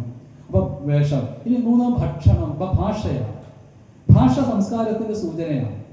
നമുക്ക് നമ്മുടേതായ ഒരു ഭാഷയുണ്ട്, മലയാളം. ഈ മലയാളത്തിൽ പറയാൻ പറ്റുന്നത് മലയാളത്തിൽ തന്നെ പറയണം. കാരണം നമ്മൾ ആലോചിച്ച് നോക്കണം, മലയാളം ഇല്ലാതായാൽ നമ്മുടെ സംസ്കാരം ഇല്ലാതാവും. യാതൊരു സംശയമില്ല. കാരണം എന്താ, കൊല്ലവർഷത്തിന്റെ കലണ്ടർ അനുസരിച്ചാണ് നമ്മൾ മകരമാസത്തിലാണ് ഇവിടെ ഉത്സവം നടക്കുന്നത്, അല്ലേ? ധനുമാസത്തിലെ ഉത്സവം. ഇത് മലയാളികളുടെ സംഭവമാണ്. ഈ സ്വത്വം നമ്മുടെ മക്കൾക്ക് അറിയണമെങ്കിൽ മലയാളം. അപ്പൊ അടുത്ത കാലത്തായിട്ട് വരുന്ന വളരെ പ്രധാനപ്പെട്ട ഒരു വൈകല്യമാണ് ഈ ഊണ് എന്നതിന് പകരം ഫുഡ് കഴിച്ചോ എന്ന് ചോദിക്കുന്നത്. ഫുഡ് ഊണ് ഒന്നാണോ എന്ന് ചിന്തിക്കണം. എല്ലാറ്റിനെയും ഫുഡെന്ന് പറയാം, പക്ഷെ എല്ലാറ്റിനെയും ഊണെന്ന് പറയാൻ പറ്റില്ല. ഞാൻ ചപ്പാത്തി ഉണ്ടു പറയാൻ പറ്റുമോ? ഇല്ല. ഉണ്ണുന്നത് ഒന്നേ പറ്റുള്ളൂ. കപ്പ ഉണ്ടു എന്ന് പറയാൻ പറ്റില്ല. ചോറേ ഉണ്ണാൻ പറ്റുള്ളൂ. അപ്പൊ ഊണ് കഴിച്ചോ എന്ന് ചോദിക്കുന്നതും ഫുഡ് കഴിച്ചോ എന്ന് ചോദിക്കുന്നതും തമ്മിൽ വ്യത്യാസമുണ്ട്. ഞാൻ ഒരാളെ ഡ്രോപ്പ് ചെയ്യാൻ പോയി, അല്ലെങ്കിൽ ഞാൻ അവിടുന്ന് കളക്ട് ചെയ്തോളാം, ഞാൻ അവിടുന്ന് പിക്ക് ചെയ്തോളാം. ഈ പിക്ക്, കളക്ട്, ഡ്രോപ്പ്, ഇത് 3ഉം വസ്തുക്കളെയാണ് ചെയ്യുന്നത്. മലയാളത്തിൽ പറയുന്നതോ, ഞാൻ കൂട്ടിക്കൊണ്ടുവരാം, ഞാൻ കൂട്ടിക്കൊണ്ടാക്കാം, ഞാൻ കാത്തു നിന്നോളാം. ഇവിടെ ആ വ്യക്തിത്വത്തെ മാനിക്കലാണ് നമ്മൾ ചെയ്യുന്നത്. അപ്പൊ പരമാവധി പ്രയോഗങ്ങൾ മലയാളത്തിലാവാൻ ശീലിക്കുക. കാരണം മലയാള സ്വത്വമാണ് നമ്മളെ നിലനിർത്തുന്നത്. അടുക്കളയിലും ബന്ധുക്കളെ വിളിക്കാനുള്ള വാക്കുകളും പൂർണ്ണമായി മലയാളമാവണം. അങ്കിളും ആന്റിയും വേണ്ട. കുഞ്ഞമ്മയും ഇളയമ്മയും പേരമ്മയും ഒക്കെ ഉണ്ടല്ലോ നമുക്ക്. മാമയും അമ്മാവനും കൊച്ചാട്ടനും ചേട്ടനും ഒക്കെ ഉണ്ടല്ലോ. അത് വരണം. ആ നിലയ്ക്ക് ബന്ധുക്കളെ വിളിക്കുവാനുള്ള വാക്കുകൾ. ഇപ്പൊ പലരും ഈ സ്ത്രീജനങ്ങളൊക്കെ അവരുടെ അടുത്ത ഒരാളോട് പരിചയപ്പെടുമ്പോൾ പറയുന്നത് ഹസ്ബൻഡ് എവിടെയാണെന്നേ പറയുന്നത്. ഭർത്താവ് എന്ന വാക്ക് ഉപയോഗിക്കാറില്ല. അതുപോലെ പുരുഷന്മാരൊക്കെ വൈഫിന്റെ ഫാദർ, വൈഫിന്റെ മദറില്ല എന്നൊക്കെയാണ്. എന്തിന്? നമുക്കുണ്ടല്ലോ വാക്ക്. ആ വാക്ക് ഉപയോഗിച്ചാലല്ലേ നമുക്ക്. ഇപ്പോൾ ഭാഷ, ഇപ്പൊ മുമ്പ് ഞാൻ പറഞ്ഞ സംസ്കാരത്തെ അടയാളപ്പെടുത്തുന്ന 3-4 ഘടകങ്ങളിൽ ഒന്ന് ഭക്ഷണമാണ്, മറ്റൊന്ന് വേഷമാണ്, മറ്റൊന്ന് ഭാഷയാണ്, ഇനി ഒന്ന് നമ്മുടെ പെരുമാറ്റമാണ്. കാണുന്നവരെ നമസ്കാരം പറയുന്നതാണ് നമ്മുടെ ശീലം, കൈകൂപ്പുന്നതാണ് നമ്മുടെ ശീലം, അല്ലെ? ഇത്തരത്തിലുള്ള ചിരിച്ചുകൊണ്ട് വർത്താനം പറയുന്നതാണ് നമ്മുടെ ശീലം. ചെന്നിരുന്ന് കഴിഞ്ഞാൽ ചെരുപ്പ് പുറത്ത് വെച്ചിട്ട് അകത്ത് കയറുന്നതാണ് നമ്മുടെ ശീലം. അവിടെ ചെന്നിരുന്ന മുതിർന്നവരെ കാണുമ്പോൾ എഴുന്നേറ്റ് പോകുന്നതാണ് നമ്മുടെ ശീലം. അവിടുത്തെ പ്രായം ചെന്നൊരു അമ്മ വരുന്നു, എഴുന്നേറ്റ് നിൽക്കുന്നു. അപ്പൊ കുഞ്ഞുങ്ങളെയും ഇത് പരിശീലിപ്പിക്കണം. അവരിങ്ങനെ സെറ്റ് ചെയ്ത് കിടന്ന് ഇങ്ങനെ ഫോൺ നോക്കിക്കൊണ്ട് കിടന്നാൽ പോരാ. മുതിർന്ന ഒരാൾ വന്നാൽ പെട്ടെന്ന് അതൊക്കെ മാറ്റി വെച്ചിട്ട് എഴുന്നേക്കണം. ഈ പെരുമാറ്റം. അപ്പോൾ ഈ 4 കാര്യങ്ങൾ, 4മാണ് സംസ്കാരത്തെ അറിയിക്കുന്ന 4 പില്ലർ. സംസ്കാര കൾച്ചറിന്റെ 4 തൂണുകൾ ഇവയാണ്. അപ്പൊ അതുകൊണ്ട് നമ്മുടെ വേഷവും നമ്മുടെ ഭാഷയും നമ്മുടെ ഭക്ഷണവും നമ്മുടെ പെരുമാറ്റ രീതികളും വിശേഷാവസരങ്ങളിൽ നമ്മുടെ സംസ്കാരത്തിന് അനുരൂപമായിരിക്കണം. വിശേഷാവസരങ്ങളിലാണ് പറയുന്നത്. വിശേഷാവസരങ്ങൾ നമ്മുടെ സംസ്കാരത്തിന് അനുരൂപമായിരിക്കണം. അങ്ങനെയാകുമ്പോൾ ഈ സ്വത്വശ്രദ്ധ അല്ലെങ്കിൽ സംസ്കാര ശ്രദ്ധ എന്ന ഗുണം നമുക്ക് വരും. അപ്പൊ ഈ 5 കാര്യങ്ങളാണ് ഞാൻ പറയുന്നത്. ഒന്ന് നമ്മുടെ നിഷ്ഠ, അല്ലെ? സംഭവം ഇതായിട്ട് കൃത്യമായിട്ട് നമ്മൾ ചെയ്തു വരുന്ന ആ ഒരു സംഗതി, അത് സാധന എന്ന ഒരു സകാരത്തിൽ നമുക്ക് തന്നെ സംക്ഷേപിക്കാം. സാധന. രണ്ടാമത് പറഞ്ഞത് വായന, ഒരുമിച്ചുള്ള വായന, ഒറ്റയ്ക്കുള്ള വായനയല്ല. ഒരുമിച്ചിരുന്ന് 1 മാസം കൊണ്ടോ 2 മാസം കൊണ്ടോ ഭാഗവതം മുഴുവൻ ഒന്ന് വായിച്ചു നോക്കട്ടെ. ഗദ്യം മതി, പദ്യമൊന്നും വേണ്ട. ഗദ്യം, വെറും ഗദ്യം, മലയാളം, അത് കിട്ടും ഇപ്പോൾ. അത് വായിച്ചു നോക്കാം. അല്ലെ രാമായണത്തിന്റെ കഥ അതൊന്ന് വായിച്ചു നോക്കട്ടെ. ഭാരതത്തിന്റെ കഥ എല്ലാവരും കൂടി ഇരുന്ന് വായിക്കുന്ന ഒരു സാധനം വേണം. അപ്പൊ അതിന് നമുക്ക് സ്വാധ്യായം എന്ന് പറയാം. അപ്പൊ സാധന, സ്വാധ്യായം. മൂന്നാമത് ഞാൻ പറഞ്ഞത് നമ്മുടെ ഒരു 0 hour ഉണ്ടാവണമെന്നാണ്, സല്ലാപം. അപ്പൊ സാധന, സ്വാധ്യായം, സല്ലാപം. പിന്നെ 2 ശ്രദ്ധകളാണ് പറഞ്ഞത്. ഒന്ന് സമാജ ശ്രദ്ധ, നമ്മുടെ സമാജത്തെ നമ്മൾ ശ്രദ്ധിക്കണം. അപ്പോഴാണ് ചിലർക്കൊക്കെ ചില സഹായം ചെയ്തു കൊടുക്കേണ്ടതുണ്ട് എന്ന് നമുക്ക് തോന്നുന്നത്. അത് നമ്മൾ ചെയ്യണം. ഞാൻ എൻ്റെ ജീവിതം കൊണ്ട് 1-2 പേരുടെ ജീവിതത്തിൽ ചെറിയൊരു സഹായം ചെയ്തു കൊടുക്കാനായ അതെനിക്ക് സമാജ ശ്രദ്ധയുണ്ടാകുമ്പോഴാണ് സാധിക്കുന്നത്. 4ാമത് സംസ്കാര ശ്രദ്ധ. ഈ 5 സകാരങ്ങൾ നമ്മുടെ കുടുംബ ജീവിതത്തെ ഉറപ്പിക്കാൻ ഉതകും. അങ്ങനെ നമുക്ക് ധാർമ്മികമായ അടിസ്ഥാനത്തിൽ വളരുന്ന ഭാരതീയമായ കുടുംബ മൂല്യങ്ങളെ വീണ്ടെടുത്തുകൊണ്ട് വരാം. കാരണം നമുക്ക് അതിജീവിക്കേണ്ടതുണ്ട്. ലോകത്തിന് മംഗളകരമായ ഭാവി ഭാരതത്തിന്റെ സംസ്കാരത്തിലൂടെ സാധ്യമാകും. അതുകൊണ്ട് ഭാരത സംസ്കാരത്തെ, സനാതന സംസ്കാരത്തെ പരിപോഷിപ്പിച്ചുകൊണ്ട് ഭാരതത്തിന് ഉയർത്തെഴുന്നേൽക്കേണ്ടതുണ്ട്. ആ ഉയർത്തെഴുന്നേൽപ്പിൽ നിന്ന് വിശ്വം മംഗളകരമായി ഭവിക്കും. അതാണ് നമ്മുടെ ഓരോരുത്തരുടെയും അവതാര ഉദ്ദേശ്യം എന്ന് മനസ്സിലാക്കുവാൻ ഇത്തരം ജ്ഞാനയജ്ഞങ്ങൾ സഹായിക്കട്ടെ എന്ന് മാത്രം ഓർമ്മപ്പെടുത്തിക്കൊണ്ട് എല്ലാവരുടെയും ഹൃദയങ്ങളിലേക്ക് എൻ്റെ വാക്കുകൾ സാദരം സമർപ്പിക്കുന്നു. പൂർണ്ണമിദം പൂർണ്ണാത് പൂർണ്ണമുദച്യതേ പൂർണ്ണസ്യ പൂർണ്ണമാദായ പൂർണ്ണമേവാവശിഷ്യതേ. ഓം ശാന്തി ശാന്തി. കൃതജ്ഞത അർപ്പിക്കുന്നതിന് ശ്രീദേവിനെ ക്ഷണിക്കുന്നു.